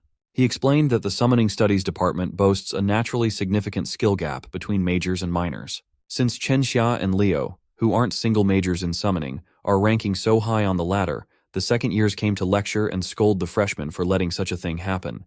In addition to not showing up for practice, they see Leo as a negligent golden boy, even though he has no intention of doing the race half-heartedly. From afar, it seems like some unsavory forces are watching with interest. A dark power loomed over a hooded man. He seems way too invested in this race, more specifically in one student. That student is Sen Liu. The dumbass is emitting some unnatural power within him, and he fully intends to use that power to cause harm and even death just to win it all. Before the race begins, Runba Tess will give a brief explanation of the rules. First, the freshmen will only be allowed to use their summoning skills during the test. That means even dual-class students are prohibited from using aura or magic. Once the clock starts, they must tame a random griffin in the stables. They must take to the skies and pass through the vast island of summons. Once through, they will use the Silent Lake as a turning point before heading back to the academy. Who will claim the spotlight in the first semester midterm? Will it be the captain of the South or the East? Will Eliza live up to her family's legacy, or will Sen Liu's hidden trump card change everything? Or maybe our boy Leo Plav will scoop up yet another all-time banger of performance to cement himself as the top dog yet again. All the racers lined up at the starting line, waiting for the starting bell to ring. Miss Yura addressed her students with passion. She urged them to shake the nerve off and stick to what they've practiced. Anyone who panics and messes up will be left behind after the race. Her message to shake the nerve off just ended up causing more anxiety to the racers. Miss Yura then proceeded to call their marks and get ready. With a shout that reverberated throughout the arena, she officially kicked off the annual summoned creature race. While most students clamor towards the griffin stables, a certain group started the race by using their summoned creature skills of various elements. Without a lick of warning, the group shot their techniques at Walden and Leo. Even the commentator was shocked at the opening buzzer. The summoning students are turning on the crowd favorites. Leo yelled at Tide, saying not to worry about him and to go ahead. To focus on the exam. Heading his words, Tide stayed on top of his tamed griffin and left the class rep. The stands made their stance clear. They think it's unfair that the summoning department guys would target the supposed front runners. Leo knew that these dipshits never liked him, but he never thought they would go this far to mess with his game. Rumbates claimed that even while the crowd is jeering, this is still a somewhat valid strategic move. Moreover, Walden quickly dispelled the elemental magic by brute force in just a few seconds. With traces of elemental magic still lingering around his body, he calmly strode over to the griffin stables. He quickly tamed one without much effort and mounted the beast. He turned to Leo and offered help if he was having a tough time. Leo dismissed his offer, knowing that this child's play was not much of an issue. Without uttering another word, Walden took off flying with his trusty steed, quickly accelerating to the skies faster than anyone else. Leo was left as the only racer still stuck on the stage instead of roaring in the skies. Chelsea watched her man surrounded and trapped by elemental magic with eyes filled with concern. Miss Yura looked at the field with furrowed brows. It looks like the rift between the freshmen is deeper than she expected. They went as far as openly ganging up on the top student. As far as she knows, Leo's main ability isn't in spirits, but in summons. Freeing himself would be immensely difficult. But she thought wrongly. A dazzling light filled the arena, demanding everyone's attention. Leo closed his eyes and steadily chanted a rhythmic script to beckon elemental spirits to break his chains and open a path forward. Immediately, sylphs of different elemental affiliations heed his call. Nowadays, it's rare to know a few words from the ancient spirit language, let alone a whole chant with utmost fluency. The gift of surprises known as Leo Plav just keeps on giving. Miss Yura looked at the young man's determined eyes and heaved a sigh of relief. She was worried for nothing. One thought emerged in her mind. She needs to lock this kid into the summoning department. While Leo is still at the starting line, the others have already covered quite a bit of distance. The bastards who trapped Leo and Walden laughed as they talked trash about their victims, confident that the best of the South would get last place. When the goons asked Eliza what she thought, she argued that she could have beaten Leo Plav and Walden Titan without any underhanded tricks. She's also worried about the public image of the summoning class. The goons just wanted to let the geniuses taste a little bit of humiliation. Done with their stupid drivel, Eliza sped up and warned the goons to think before they acted in the future. Sen Liu heard her holier-than-thou attitude, and his anger crept up. At the current pace of the race, placing second behind Eliza shouldn't be a problem for Liu. Other than her, he's the best when it comes to controlling flying summons. As he was lost in thought, a speeding griffin cut through the flock of goons. Riding on the saddle was Chen Xia. Instead of riding, surfing might be a more accurate description of her style. Whatever she's doing is working. Her speed was peerless, even without using soul energy to strengthen the summon. Threatened by Zia's appearance, the goons, led by Sen Liu, turned their targets on the eastern representative. A girl summoned a spirit of light and launched it to Xia. The aerial acrobat sensed the incoming attack and shifted her position forward, riding one of the griffin's wings. When the light spirit got close enough, Chen Xia jumped in midair and performed a graceful flip in the skies. The poor noobs seeing her parkour out of harm's way were taken aback. After making her landing, Chen Xia's leg became as taut as a bowstring before launching herself away from her mount. Her destination was the girl who attacked her with the light spirit. Using her momentum and body weight, she delivered a staggering kick. The girl fell from her griffin as she panically protested that Chen Xia must have cheated. She's just dumb. Chen Xia didn't even use an ounce of aura. She just attacked using pure martial arts. After dealing with the immediate problem, she focused back on the race and sped up. On the way, she greeted Sen Liu. They came from the same region, so they've been acquainted before. He returned the greeting with hostility, claiming that making him an enemy was a big mistake. While it's true that Xia is a bit disadvantaged in real aerial combat, Sen Liu has bigger problems to deal with. She can sense that a person who was pissed off by the starting line mischief is coming in hot. Suddenly, a massive fiery explosion painted the sky hot red. Walden is frying chickens in midair with his terrifying spirit manipulation. It looks like he's the type to seek payback in full with interest. He eliminated the bastards who put the childish plot into motion in vain hopes of slowing him down.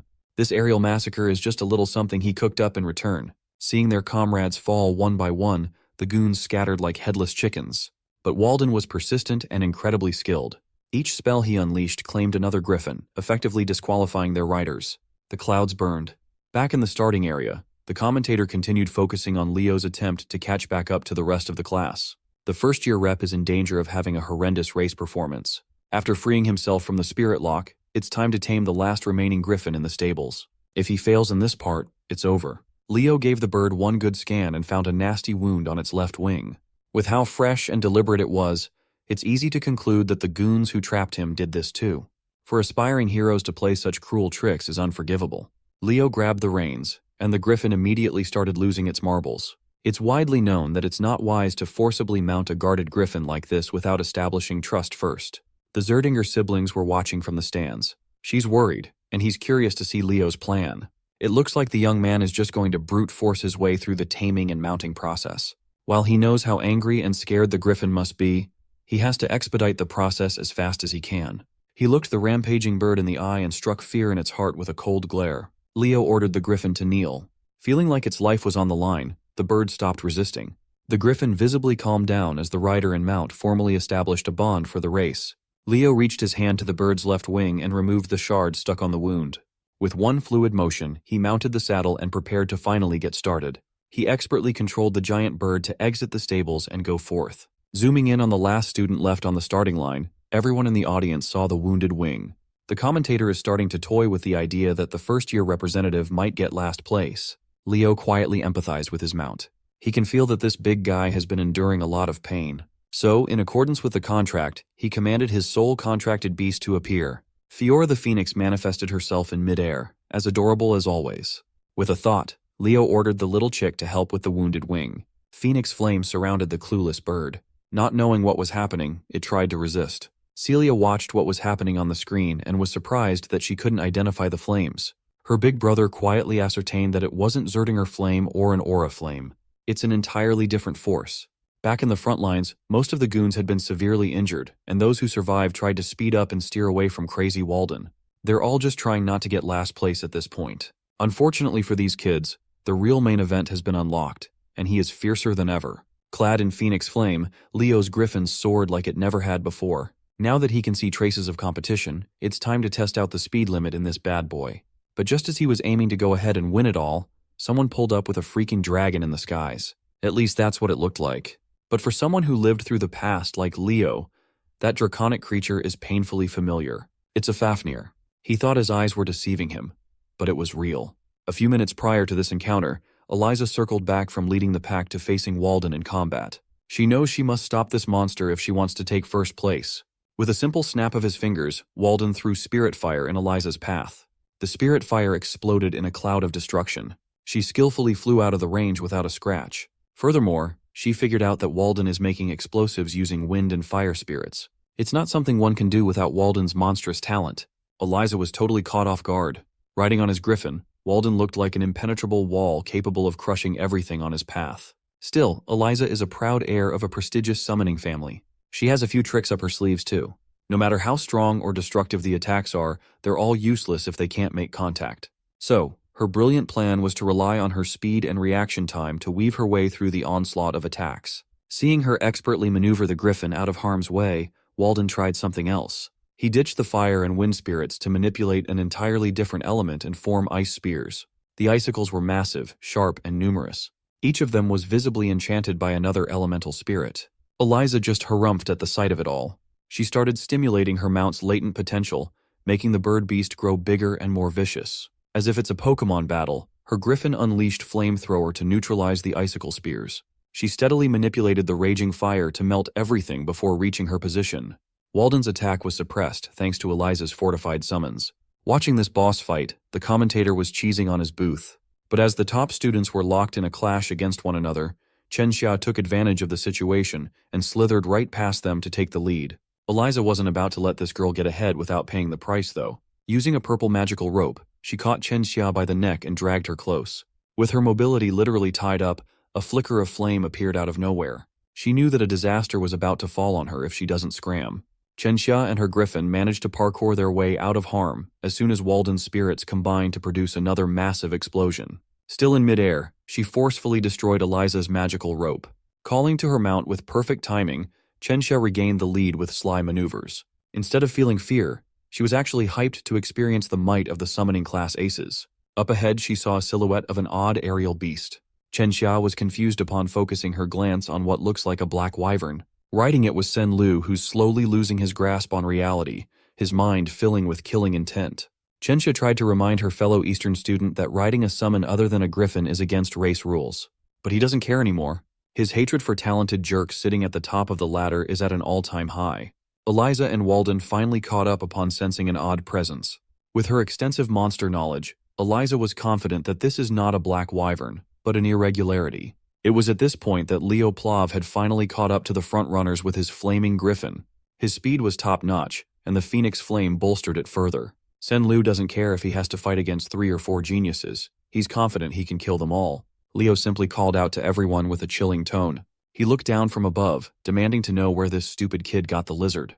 Sen Lu laughed, thinking that Leo must be jealous. He asserted that he tamed and contracted the beast with his summoning skills. Leo looked at the dumbass who doesn't even know that he's sitting on top of a Fafnir. It was a monster the magicians of Tartaros used. It's also supposed to be one of the monsters that Kyle and his party hunted down to extinction during the Age of Despair. If that was the case, how can a snotty brat from the academy summon a supposedly extinct demon? Calling Fafnir a black wyvern, Sen Lu ordered it to attack. Its laser breath tore through the skies with immense power. Leo and Walden managed to stumble their way out of the laser's trajectory, while Eliza was forced to awkwardly spin out of danger. But none of them were the main target.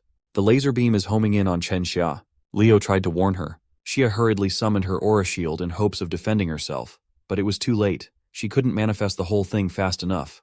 The laser smashed through the flimsy shield, its destructive power spreading cracks all over the protective field. Finally, the shield completely shattered.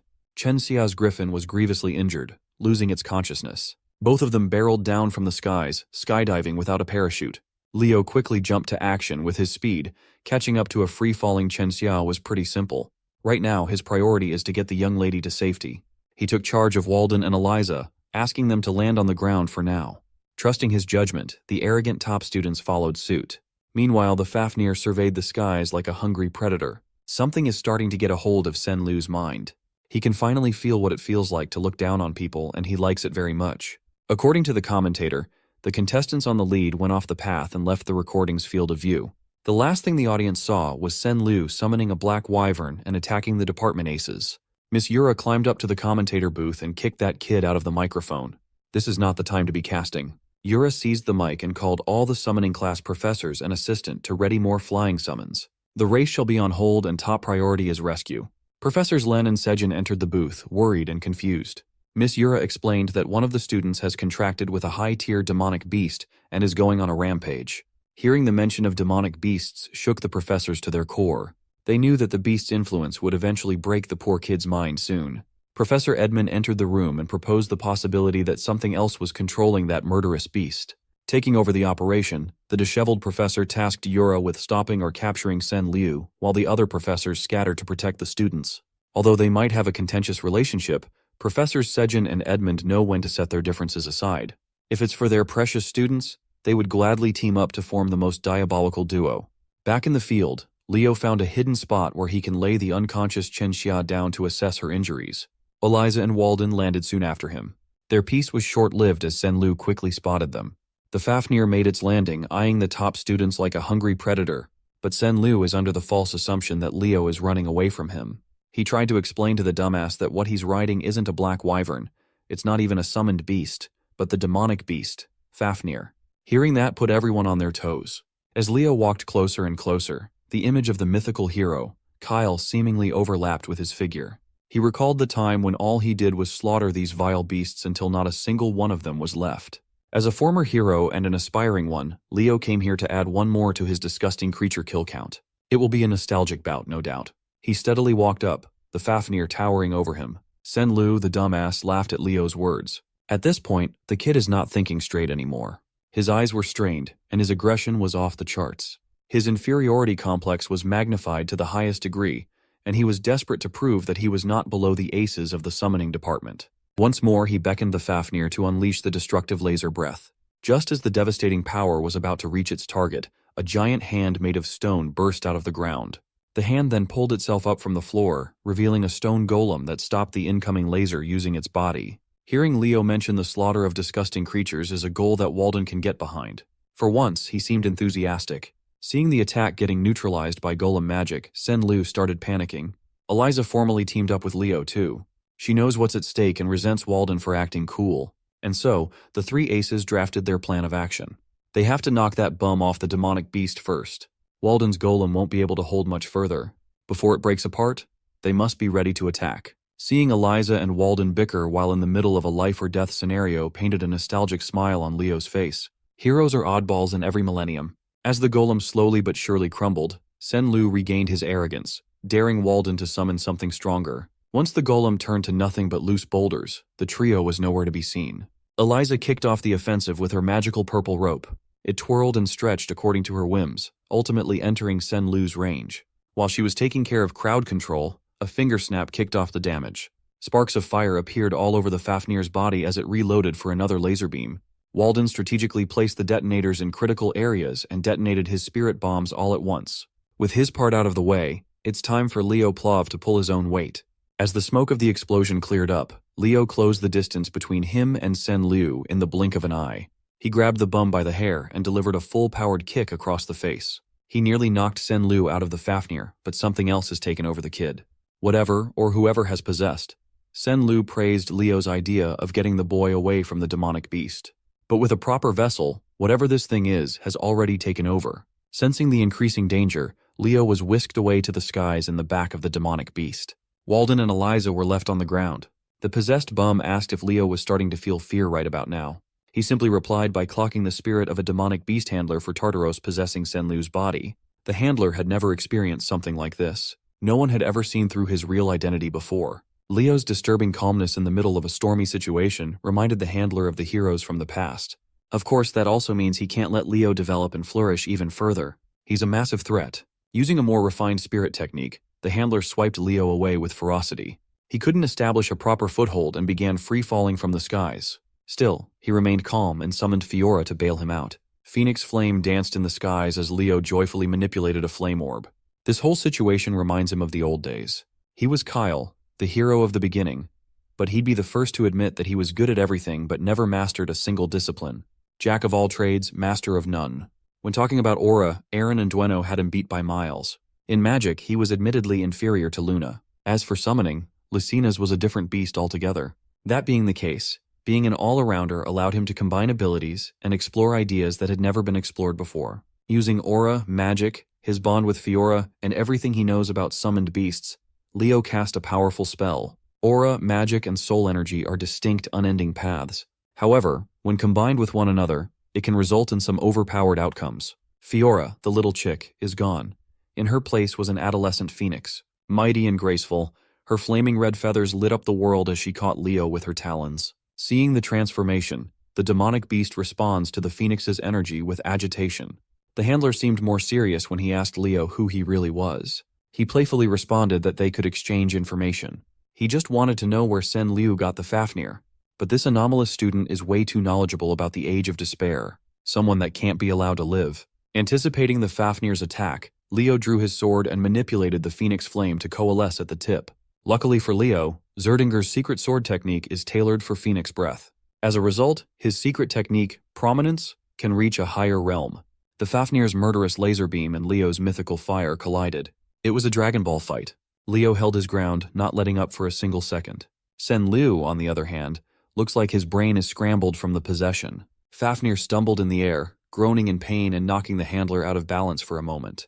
Leo did not miss the opportunity to press his attack, seeing as the demonic beast's soul energy was starting to weaken. He screamed and poured every bit of power he had stockpiled to overwhelm the enemy. All the handler could do was curse the young man. Phoenix flames entered Fafnir's body, wreaking havoc and burning the demon from the inside until the fire exited from every orifice. Leo won in an explosively disturbing fashion. He praised Fiora for coming in clutch as he huffed and puffed for air. It's about time to go back, but the Phoenix transformation limit has been reached. Leo realized that he must have miscalculated, and now he's on track to fall to his death. As he screamed on the way down from thousands of feet, the real body of the demonic beast handler for Tartaros continued his meditation, hidden in the woods. Just as he was about to pull another bullshit attack, a radiant light enveloped the entire forest. Next came an overwhelming pressure that pushed the handler down to his knees. Professor Sejin has arrived and successfully sealed the perpetrator's movement. Alongside him was Professor Edmund, who emanated darkness around his body. The handler immediately recognized the two pillars of Lumen. Knowing that he couldn't handle all that smoke, the handler opened a rift in space and bid his farewell. It's disappointing that he failed, but he'll have to wait until next time to cause some chaos once more. From the rift in space, a smoke creature with countless eyes and mouths filled with sharp teeth burst out. The creature turned to the man who summoned it and slammed its unfathomably heavy body against the handler. Once the smoke dissipated, the rift in space and the handler were gone, leaving only a few loose rocks and some nasty vape clouds. The professors feared that the forces lying in the dark were starting to move in earnest now. Sejin retrieved some of the remnants for examination. The two pillars of Lumina knew better than anyone that the academy might no longer be a safe place. Back to Leo, he's still falling to his death. Grabbing the small phoenix, he urged Fiora to go back to the summons realm instead of accompanying him in this fall. Thankfully, a scaly-winged beast grabbed Leo before he became meat paste splatted on the ground. Sitting on the black wyvern's saddle was none other than Miss Yura. The smile of relief on her face was glorious. She thanked the gods that she had arrived just on time. They softly landed on a prairie, the black wyvern still holding Leo like a cub. Mr. Demonic Beast Handler has retreated to a cave in God knows where, the headquarters where he performs all sorts of fucked up experiments. His supervisor stood over him, his eyes filled with disgust and embarrassment. The fool was taken down by a measly hero candidate. The handler, clutching his wounds, argued that what he faced wasn't some normal hero candidate.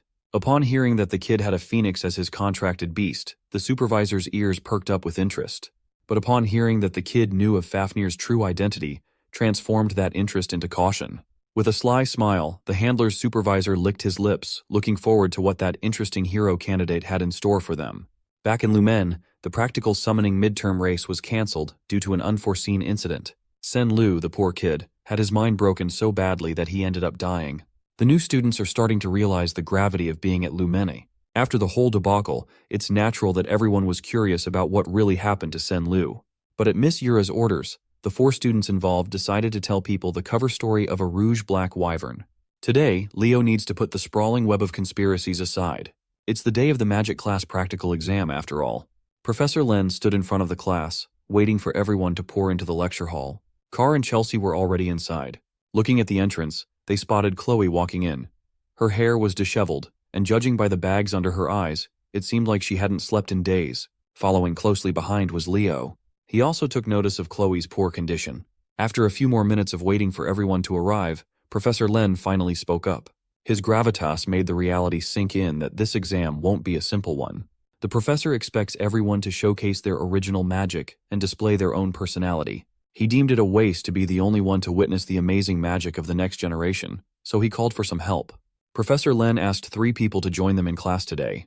These 3 are seniors who graduated from the magic department 3 years ago. They have since established names for themselves in various fields of magic. The sharp Rilda Pedney, the hardy Edmund Slack, and the cheerful Sean Hodge. They will be the ones judging the freshman exam today. The 3 extended their greetings to their juniors, lifting everyone's spirits up. Carr is feeling lucky. He thinks the judges are the lenient type who give high marks.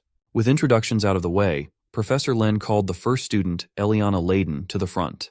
With an optimistic smile, Eliana jumped to action. She confidently stood on the stage with his head held high. She turned up the cuteness up to 100, her eyes shining like stars as she extended a formal greeting to the seniors. Hearing her introduce herself like a charming, prim, and proper young noble almost made Carr hurl in disgust. He knows this girl is trying to play a character. Moving on to the demonstration, Eliana summoned a beautiful light show inside the lecture hall. She can conjure up something this shiny due to her rare affinity to the light attribute. But the light show was just the first part. She figured that adding the flame attribute would create some interesting results. As fire and light fused together, Eliana was surrounded by the winding flow of scorching rays. Combining 2 of her best elements, she can emit some powerful thermal ray magic. Sean Hodge looked at the display with wonder. Then she commented that this thermal ray magic is no different from the basic laser-type magic that anyone can learn. Eliana thought her demonstration was going well, but the judges were already penning her grade without further questions. The 3 diligently considered the criterion of judgment to give an appropriate score. After a short deliberation, they handed the final assessment to Professor Len. Hooge and Rilda gave Eliana a C-, while Slack was a little more generous with a C for an overall score of C-. Seeing that Eliana Layden's impressive showing got such a low score, the students tensed up. One after another, magic department students were called up front only to be disappointed that their hard work only amounted to a C and C-. There were some exceptions, though. Surprisingly, Carr Thomas scored a B+ thanks to his impressive display of manipulating metal and gold. As expected, Chelsea Llewellyn scored the highest thus far. She received an A for her breathtaking wind magic. The fox and the cat celebrated their back-to-back win. They were relieved that the exam was a massive success. Unbeknownst to the freshmen, the judges are actually quite disappointed by all the performances. Professor Len lured them to participate in this exam with the promise of remarkable students, but no one has stood out in the crowd just yet. Looking at the pile of papers, there are only 3 remaining students to be judged. Eidman Slack can tell that these 3 are the real deal, the cream of the crop that the professor arranged for last. Next up on the stage was Abad Llewellyn, Chelsea's brother. The moment he stepped up to the plate, the ladies couldn't help themselves.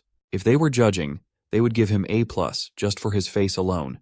Contrary to the ones that came before him, Abad didn't start with a flashy performance.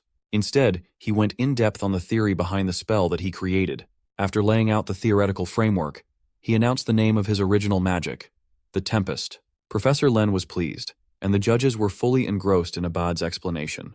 The magic genius claimed that once completed, his Tempest would reach an estimated rank of top class. You see, Abad has been preparing for this exam for a while now. Back in the Llewellyn family territory, he performed countless experiments, continuously refining Tempest. He had to enlist the help of family elders to create a protective perimeter in case something went wrong. With utmost concentration, the Abad family magicians held strong. In the middle of the perimeter, Abad was free to tweak and unleash the terrifying power inside him. Launching his body off the ground and softly floating in the air, the initial stages of Tempest showed itself. With a bloody roar, he stimulated every bit of power in his cells to beat the wind itself to submission. The wild winds eventually coalesced into a destructive storm that can erase everything in its path. The Tempest held so much power that even the protective perimeter manned by 4 capable magicians couldn't contain it. When Abad opened his eyes, he saw the Tempest lifting an innocent animal up to the heavens. He panicked. He doesn't want his lack of control to endanger an innocent life. The desire to save that little animal gave him the last push to completely bend the will of the wind to his whims. Abad is a great guy, perhaps the most fitting hero candidate aside from a certain someone. Back inside the lecture hall, Abad showed the judges a compressed version of Tempest. Summoning its full form might destroy a portion of the academy after all. A magic that intensifies the wind's power to the utmost degree. It sounds simple, but the judges knew that it was rooted in a difficult system of high sorcery to use. As a result, Abad Llewellyn walked back to his seat with the first unanimous A+ score, the highest thus far. Chelsea quietly and supportively bragged that her brother is just built different. Speaking of built different, Professor Len's face lit up at the thought of seeing the next student showcase his talents. Of course, it was none other than the golden boy, Leo Plav. Our boy stood and spoke with conviction as he addressed the judges. The high sorcery he will be presenting is a no-attribute sorcery system. He won't say it out loud, but it's the same system that he used back when at the top of the world as the hero of the beginning. Leo stood on the stage and announced his no-attribute high sorcery system. The panel of judges has never heard of such a thing. Curious, they asked him to elaborate. Leo gladly expounded. It is common knowledge that every single basic magic spell has a base attribute. It is a necessary condition for any type of spell. His thesis is simple. He created a high sorcery system that will streamline the entire spellcasting process to a higher level. Hearing this, the panelists had a mixed reaction. Some were skeptical and some were shocked. To clarify, they asked him if he was really going to create a whole new system for spellcasting.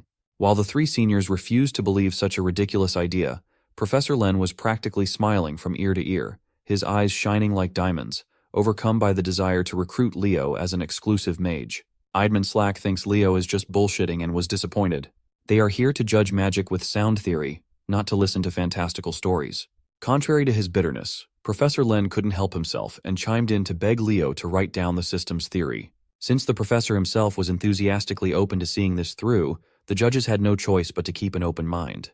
Leo Plav picked up a chalk and started writing down the theory on the board. For a while, the room was absolutely silent, apart from the sound of chalk tapping and sliding on the board.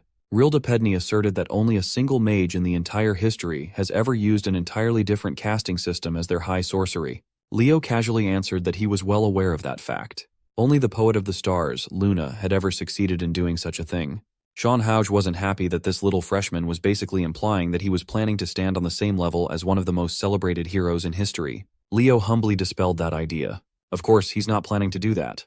He can't ever compare to Luna when it comes to magic. He clarified that one does not need to be a monstrous genius like her to make a new spellcasting system. All the panel of judges have to do is look at what he wrote on the board to see how. Much to their surprise, every line of spell theory seemed airtight. The kid wasn't just making it up and trying to look cool. From what the spell construction indicates, it's a system that can utilize any magic attribute without penalties. Chelsea, who's pretty confident with her theoretical knowledge, can't even interpret what Leo wrote down. On the other hand, Carr has given up trying to read what Leo has written since the first line. Throughout the whole process, Chloe never took her sunken eyes off her rival. Now that the judges have a rough idea regarding Leo's genius, they ask him what his reasoning is behind developing such a magic system. The answer was pretty simple. He just wants to be able to freely use any magic in existence. Idman's disbelief had turned to interest in the crazy freshman. Now, he understands why the professor insists that this year's batch is special. When asked what this system's name would be, Leo grinned, raised his hand, and summoned an incandescent thread of mana that lit up the lecture hall.